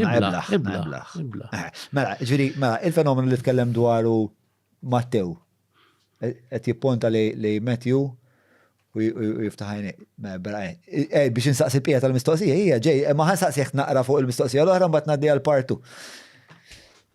Mela, jeżisti dan il-fenomenu, din is-situazzjoni fejn mela jiena daħħalt il-pjanta Umbat ma bnejt sa skont il-pjanta, imma bnejt tal-imot li nieħu xi xorta ta' vantaġġ. F'dak il-punt, jiena nista' nissanzjonizza il-liġi tagħti Le, mhijiex jiġifieri. kif tiddeċidi jekk nistax nissanzjonizza jew le jekk Għawek wara. X'rikors għandna? Huwa komplikat biex tispjega, ma hemm mekkaniżmu fejn inti tista' turi illi iva vera ksirt il-liġi, però ma affettwat il-ħadd. Ma dejqet lil ħadd. Ħadd ma mar minn taħt binna dik hija in poca parole jew kif tajlet niġbor il-ħsieb illi we were right. Ma dik ilu we were right. Allura għalfejn għamilt il-kondizzjoni. Jiena tifhimni ma għalfejn għandna liġi biex imbagħad tajtu hija ma fetwat il-ħadd. L-iktar li tintuża ħafna drabi hija fl-ODZ. Semmejt eżempju, semmejt pixxini jew għandna każi pixxini permessa u hekk ma bnejt il-pixxina u jibniha mmorru l-planning authority qabbelu taħu l-permess u għana ġġunajna, jew ma mar il-planning authority xej u bnija. Umbat. Umbat. Pixxini li mhumiex bil-permess u għadhom hemm. Imma l-autorità tal-ippjanar għandha dritt li tmuru Skur li għandha. neħħihom daw il-pixxini. Skur li għandha. Għandha dritt dak li sejja direct action. Għandha dritt li l-ewwel ħaġa tiġbed l-attenzjoni l min ikun tgħidlu smenti għandek xi ħaġa mingħajr permess neħħiha. U tgħidlu isma' hekk ma tneħħijiex inti jiena nneħħiha jiena b'azzjoni diretta spejjeż tiegħek. Imma ma ssirx għax. Xi kultant issir fuq xi ħaġa u jkun hemm ħafna xi media girna. fuq xi kamra. Kulħadd imur, xi kultant ikunu għar minn hekk, kien naf kien hemm xi post fake dal-aħħar kienu nsejt il-post fake kienu qed jiddampja l-materjali jew jistorjhom li mhux suppost ta' anyway. U sar dak tip ta' enforcement. Tim ta' enforcement. Imma ovvjament jekk fil-każ ta' dak li kont tispjegali inti l-ewwel illi joħroġ il-permess, imma mbagħad fil-qorti twaqqgħu il-permess. Ovvjament jekk mbagħad tmur il-PA biex twaqqa dawk iż-żewġ solari, il-PA nista' nżomma liable għal fatt li isma' il-PA skont il-permess tiegħek ta' Jistaku. Li xu ta' sanzjonar li hija kważi għar mill-li kontattajt inti ġifieri illi hekk ninqabad li għandi xi ħaġa mhux skont il-permess. Għandi ċans li nissanzjonaw. U l-awtorità ma tistax tuħu passi sakemm il-proċess tas sanzjonar ikun lest. Bela jiena nuħu ċans. Jiena bnejta. Ek u ma applikajċ. Ek jindunaw bija u jajdu l-isma għandek napplika. Issa, nġib il-permess, ek ma nġibx il-permess, nara kiex namel, ġveri, the dice is loaded. The dice is loaded. Mela, il-mistoqsija li miss tkompli, insomma, skużani, ta' Matthew hija, allura, dik ma tiġix falsifikazzjoni ta' dokumenti u jew xjentament tkun saret dikjarazzjoni falsa għal vantaġġ ta' dak li jkun jew ħaddieħor. Jiġifieri inti tajt li inti xjentament fejn marla fejn speċa.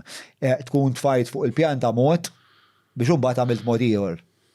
Allura l-pjanta tkun qarrieqa, ma nafx kemm tiġi frodi jew neċessarjament falsifikazzjoni ta' dokument. Xi falsifikazzjoni ta' dokument inti bad dokument illi hu stess mhuwiex fatwali, mhux se tagħmel xi ħaġa differenti milli hemm. Għax inti ġifiri, meta tġib il-permess fuq il-bażi ta' dokument illi ma jkunx fatwali. Dak huwa falsifikazzjoni. Hawnhekk hija naqra differenti. Ġibt il-permess b'dokumenti korretti u mbagħad ma follow jajtux. Ok. Mela, mistoqsija li miss, Gillian, please. Mela, Antoine jistaqsi.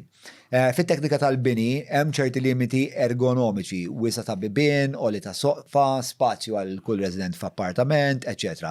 Dawn il-limiti qed jiġu rispettati fil-ħafna flats li qed jinbnew bħalissa? L-istess, ngħid jivarjaw. Jiena b'dawk li ntqajt jiena ntqajt ma' fletsijiet li huma kwalità tajba, ntqajt ma' oħrajn, pereżempju, illi allura jgħidlek li għandek il-lift għal persuna li hija anzjana jew disabilità, però titla 6 urġien biex tmur għall-lift. Għax hekk ma jitlax 6 urġien ma jgħaddilux ir-rampa l-garax. Għad il-persuna anzjana se tagħmel biex tilħaq il-lift. Ġifieri hemm daw l-anomaliji li ħadd ma jirregolhom. Ħadd ma jirregolhom jew Għax memx obbligu, memx xi uffiċċju li huwa l-obbligu tiegħu li jirregolhom. Propjament għandna obbligu. Għax bħal dis CRPD naħseb suppost tħares li u.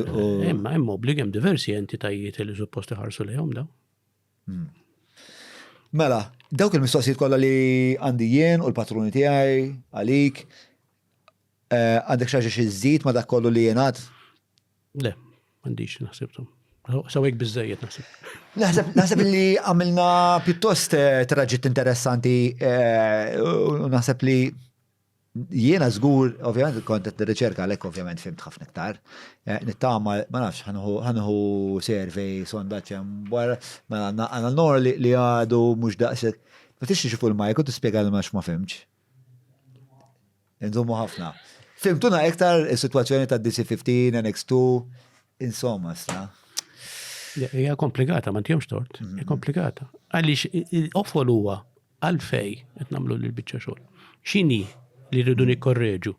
Hekk ma nkunux nafu dik, ma tistax tiġġudika hekkux tajba jew ħażina. Policy tajba jew ħażina. Mela, fakkarna, intom qed issejħu bil-taħrika tagħkom biex il-P35. Le, aħna għandna żewġ aspetti differenti. Għandna kawża għaddejja li tindirizza l-P35 kif inhi bħalissa qabel ma tiġi emendata u l-NX2. Dik hija kawża. U issa hemm il-proposta mill-awtorità li tinbidel il-P35 skont il-dokumenti li ħarġu għall-konsultazzjoni li aħna qed nagħmlu żewġ talbiet qed ngħidu isma' għajdu lill-poplu x'inhu l-iskop vera mhux tgħid li irid inneħħi l-kontradizzjoni ħlaqtajn u tagħmlux affarijiet li jibqgħu kif tajt imorru kontra il-liġi, l-istruttura tal-liġi kif il-qorti ġa esprimitruha. Ġifieri għax qed taħlulna xebaħin flus u qed terħulna l-pajjiż fl-istessin. Mela narakom il-ġibgħa l-dieħla tajna. Ħammur naħselna qawwiċċi forsi nġnaf tiegħi. Saħħit.